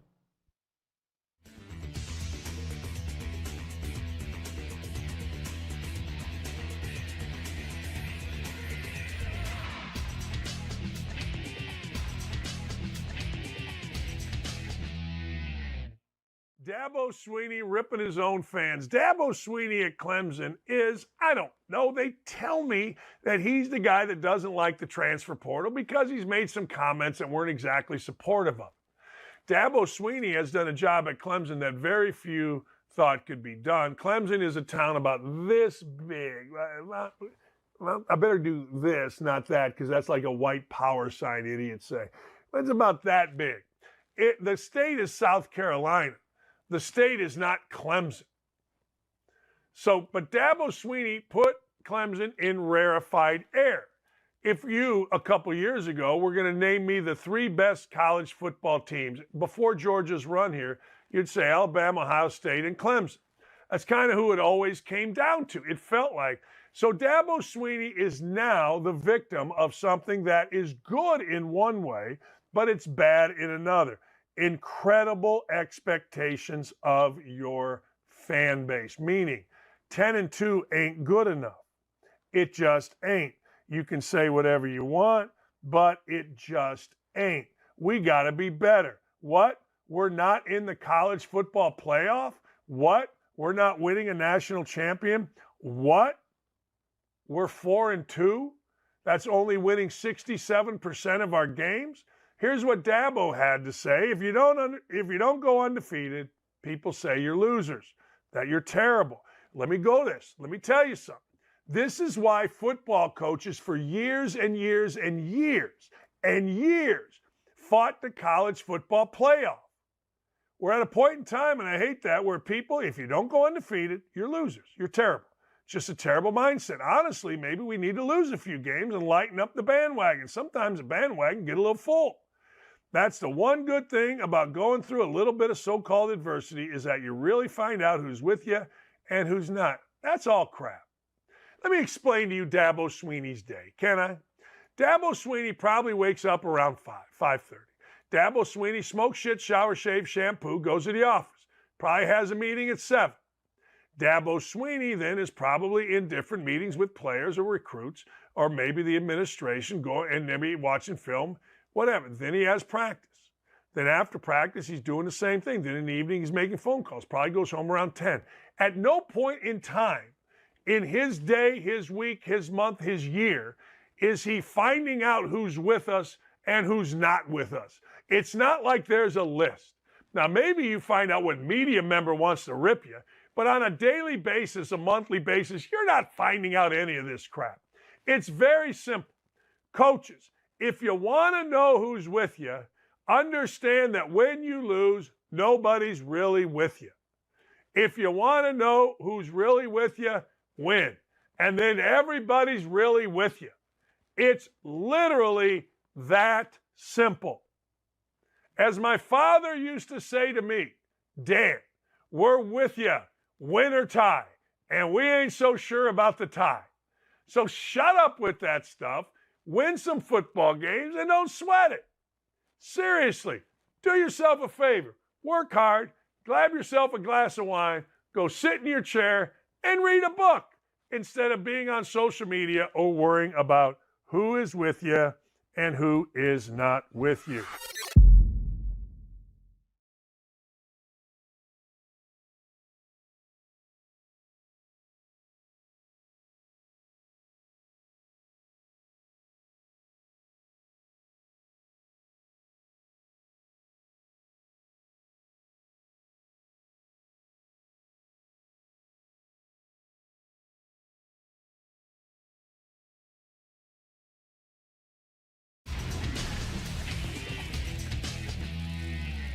Fast-paced show today, 6th the Peabody location with Yeehaw Beer and Old Smoky Moonshine. Hot Mike with Hutton Withrow across the OutKick Network. Alphas and betas of the weekend, Chad.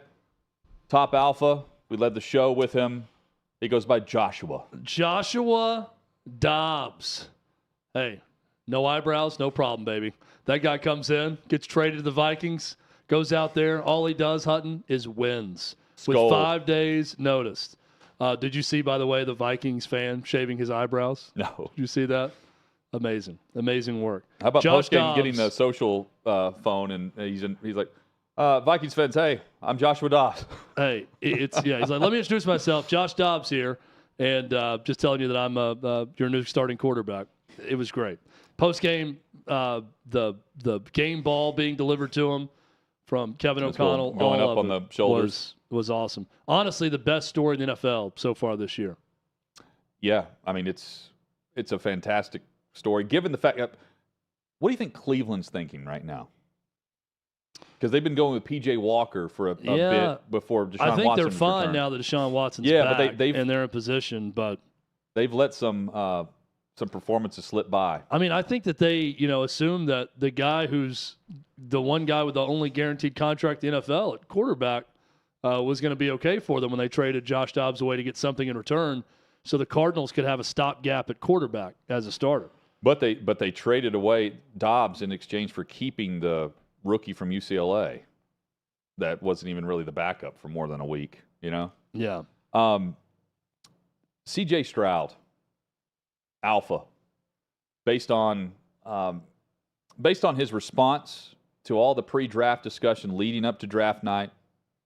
Houston does the common sense thing, and they take the best quarterback with the second overall pick. They then trade to 3.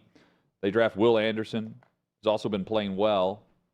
Chad, the numbers he's putting up, he sets the record yesterday, and that matchup, what was a classic, if you like high scoring, no defense, that was that, 39-37 against Tampa in Houston. And does so by holding the lead. He goes touchdown, touchdown, touchdown, field goal drive to begin the second half. And then Tampa takes the lead 33-30 or 37-33. And there's 46 seconds left. 6 plays later, touchdown. C.J. Stroud sends Houston to their 4th victory of the season. He is the man. I'm trying to chat in the YouTube chat, and my posts aren't going through. It's very weird. I send one post, and everything pauses, and I have to go completely out of the YouTube page and go back in to send something. And I'm being accused of being an elitist by our viewers now, who are saying, what's up with Chad not posting today? I've been posting consistently, and they won't go through. And someone Jake in the YouTube chat says, last post I've seen, Chad, was, quote, appreciate you, Jake, which was at about 2:15 p.m. Central Time. No, Chad, I've seen your posts. I just now started posting again, and I think they're going through, but I don't see anything after I post. I have to then log out and log back in to see what happened you're saying after that. is a beta right now? The chat is the chat is not a beta. The fact that I can't post and see my post and everyone else, that's beta. That is very beta. Raiders interim head coach Antonio Pierce, no beta. The alpha. And the locker room celebration, very much alphas within there. One quick note. They broke Josh McDaniels. Yeah, they really did. The cigar celebration tells you all you need to know about what that locker room and organization thought about Josh McDaniels. They hated that dude. Antonio Pierce, though, clearly they love him. With all this talk about NCAA violations following Jim Harbaugh to a possible NFL job, Antonio Pierce had to resign in shame at Arizona State because of COVID-19 violations with both practice and recruiting. Here's a quote when Pierce resigned from Arizona State. With Pierce's power has also come division as coaches have lost jobs. Recruiting staff have felt pressure to blindly follow Pierce's aggressive tactics, and multiple sources said that those who insisted on avoiding recruiting gray areas was ostracized. That left a running joke on group texts and in phone calls this week about the mystery of who collected and documented all the receipts, emails, and screenshots from all the illegal activity from Antonio Pierce when he was on Herm Edwards' staff at Arizona State as the recruiting coordinator. I say all this not to bury Antonio Pierce for paying kids or doing whatever they were doing with illegal inducements. I say this to say it's kind of ridiculous to me that the NFL would not hire Jim Harbaugh if, in fact, an owner wanted to hire him because of violations in the NCAA. I just don't know that that's going to happen. That seems far-fetched to me, that would stop the NFL from hiring him. Well, and I've been as hard on Jim Harbaugh as anyone in this whole story. It's not just violations against the NCAA. This is more than just Tom Brady getting the crew together at a private park and practicing during COVID. This is at the heart of what Spygate was about.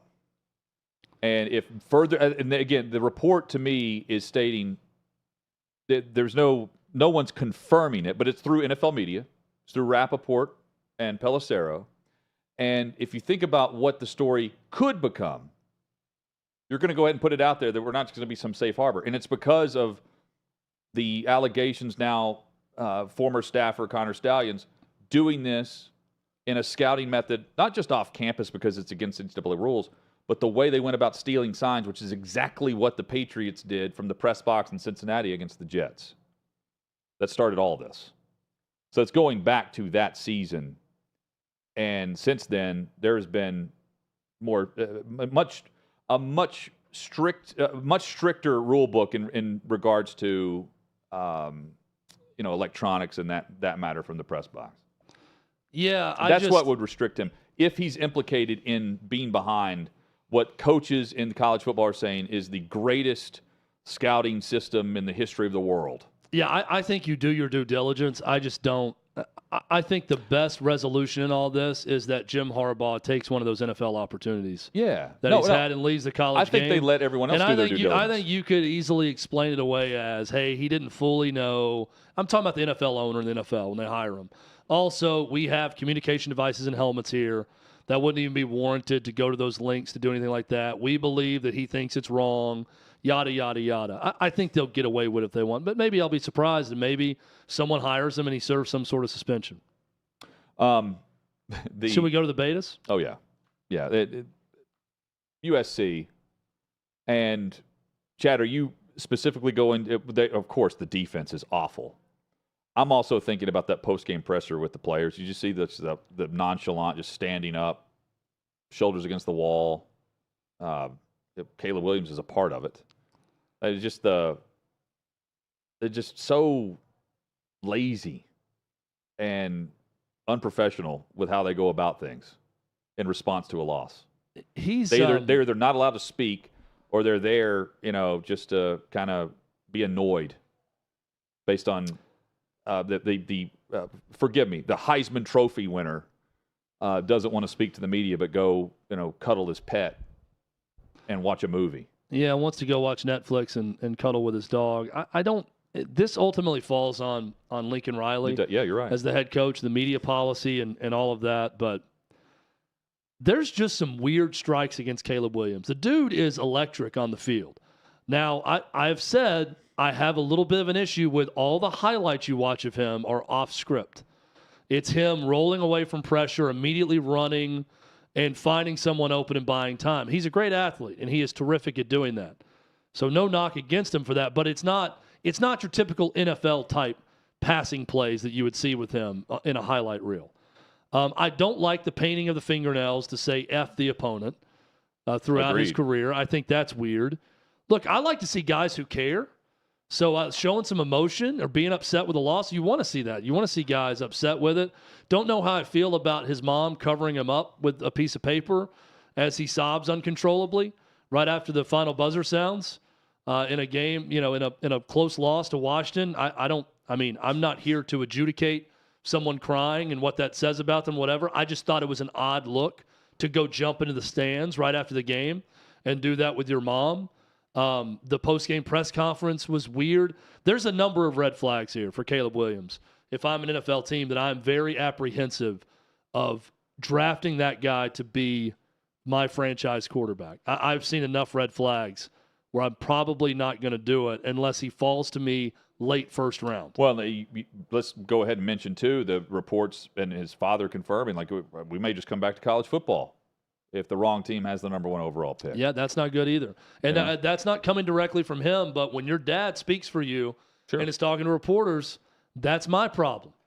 If I'm an NFL GM, I'm thinking, your dad's my problem now too, if he's going to say dumb things like that. If you're going to talk about even insinuating about, team ownership or whatever also, even if it's not you saying it's your dad, your representative, that also is on you. Fair or not, the standard is higher for the quarterback position. Yes. I'm not drafting an edge rusher. I'm not drafting an offensive tackle. You're the quarterback. So everything is on the table. I am looking at every part of your life and looking at everything, and I see a number of red flags with Caleb Williams that I don't like. I think some of the response has gotten a little bit carried away with the crying. This guy is soft and this. Right. I don't know that he's soft or any of that. I think it's weird. I think the comment about cuddling with his dog and Netflix after that loss and that look is just odd and not something I think about when I think franchise 15-year quarterback. Well, and that was his response to when I'm drafted number 1 overall, that's what you're thinking. And that was the response to the question about post-game in the stands with his mom. Yeah. And, the emotions he was going through. Chad, why did Jim Moore Jr. have a problem with Josh Heupel following what was a beatdown at Neyland Stadium, UConn getting boat raced by Tennessee? Well, credit Jim Moore Jr. first off. The man's in great shape. He was out running laps around Neyland Stadium the morning of the game, pregame, and getting his workout in, which they filmed and showed during the game. I have no idea what was going on. But because they kept passing? Jim Moore Jr. gave a drive-by handshake and said something to Josh Heupel as he gave him the handshake and ran off to where Heupel sort of looked back and smirked at him. Pre-game, there was a bit of an altercation where UConn was warming up on Tennessee's side of the field. And Tennessee took their side of the field and had to kind of remove them, which led to words, right? Because they were using all 100 yards. And they told them to get to their side of the field. They made it personal. I guess they made it personal before the game. There were 2 defensive tackles for UConn that were just yapping the entire game. Tennessee was talking too much also in a game where you systematically destroy someone. I think the 59-3 score did enough talking. You don't need to sit. 70. You don't need to sit and talk after every play and talk trash also. So I'm sure there was a lot of yapping back and forth with them. I don't know what made them mad. Tennessee played 4 quarterbacks. It wasn't like they left the starters in and just put pedal to the metal. They ran the offense with the 3rd and 4th string quarterback, but it was still a majority run type game for Tennessee. And they had it 1st and goal at the 3 with a minute left and basically took a knee and didn't score the extra touchdown to go over 60. I know. So it was a game that could – Tennessee's record for points is 70 in a game. They could have easily gone over that in that game had they tried. They didn't. I don't understand the beef. And what happens is Jim Moore Jr. looks like a beta after that move. Yep. He's whenever he was fired at UCLA, he was pointing back to his record, and like, oh, we had these many winning seasons, all this, and what have they done since I've left? All well, you could point to those things, but somebody's got to explain what was going on. Is there a history between the two that we're not familiar with? I have no idea. It's strange. And then post game, he says, "I'm just happy that my team did it the right way." My team, I'm really. It was a tough day, but my team comported themselves appropriately, and they were great out there. I'm just really happy. Come on, dude. Come on. Monday Night Football tonight, Chargers and Jets. Chad, the line. I've got my anytime touchdown winner. Hutton. Okay. You I've hit hit on 4 in this. a row. I'll follow you. I've hit 4 in a row. Let's go. Garrett Wilson, anytime touchdown, plus 185 is what I got. Okay. Garrett Wilson scoring a touchdown for the Jets tonight. Might as well ride the hot hand and try to guess another touchdown score. But I'm double checking to make sure I got those odds right. Yes, I got him at plus 180. Justin Herbert needs to go win this game on the road. I'm taking the points. I'm taking the Jets plus 3.5, and I mean, also I'll take the under. Over under is 40 or 41 now. 41 now. I'll take the under because Herbert can't do it alone, and the Jets have been winning tight games. I'm a believer. JETS. Back at it tomorrow.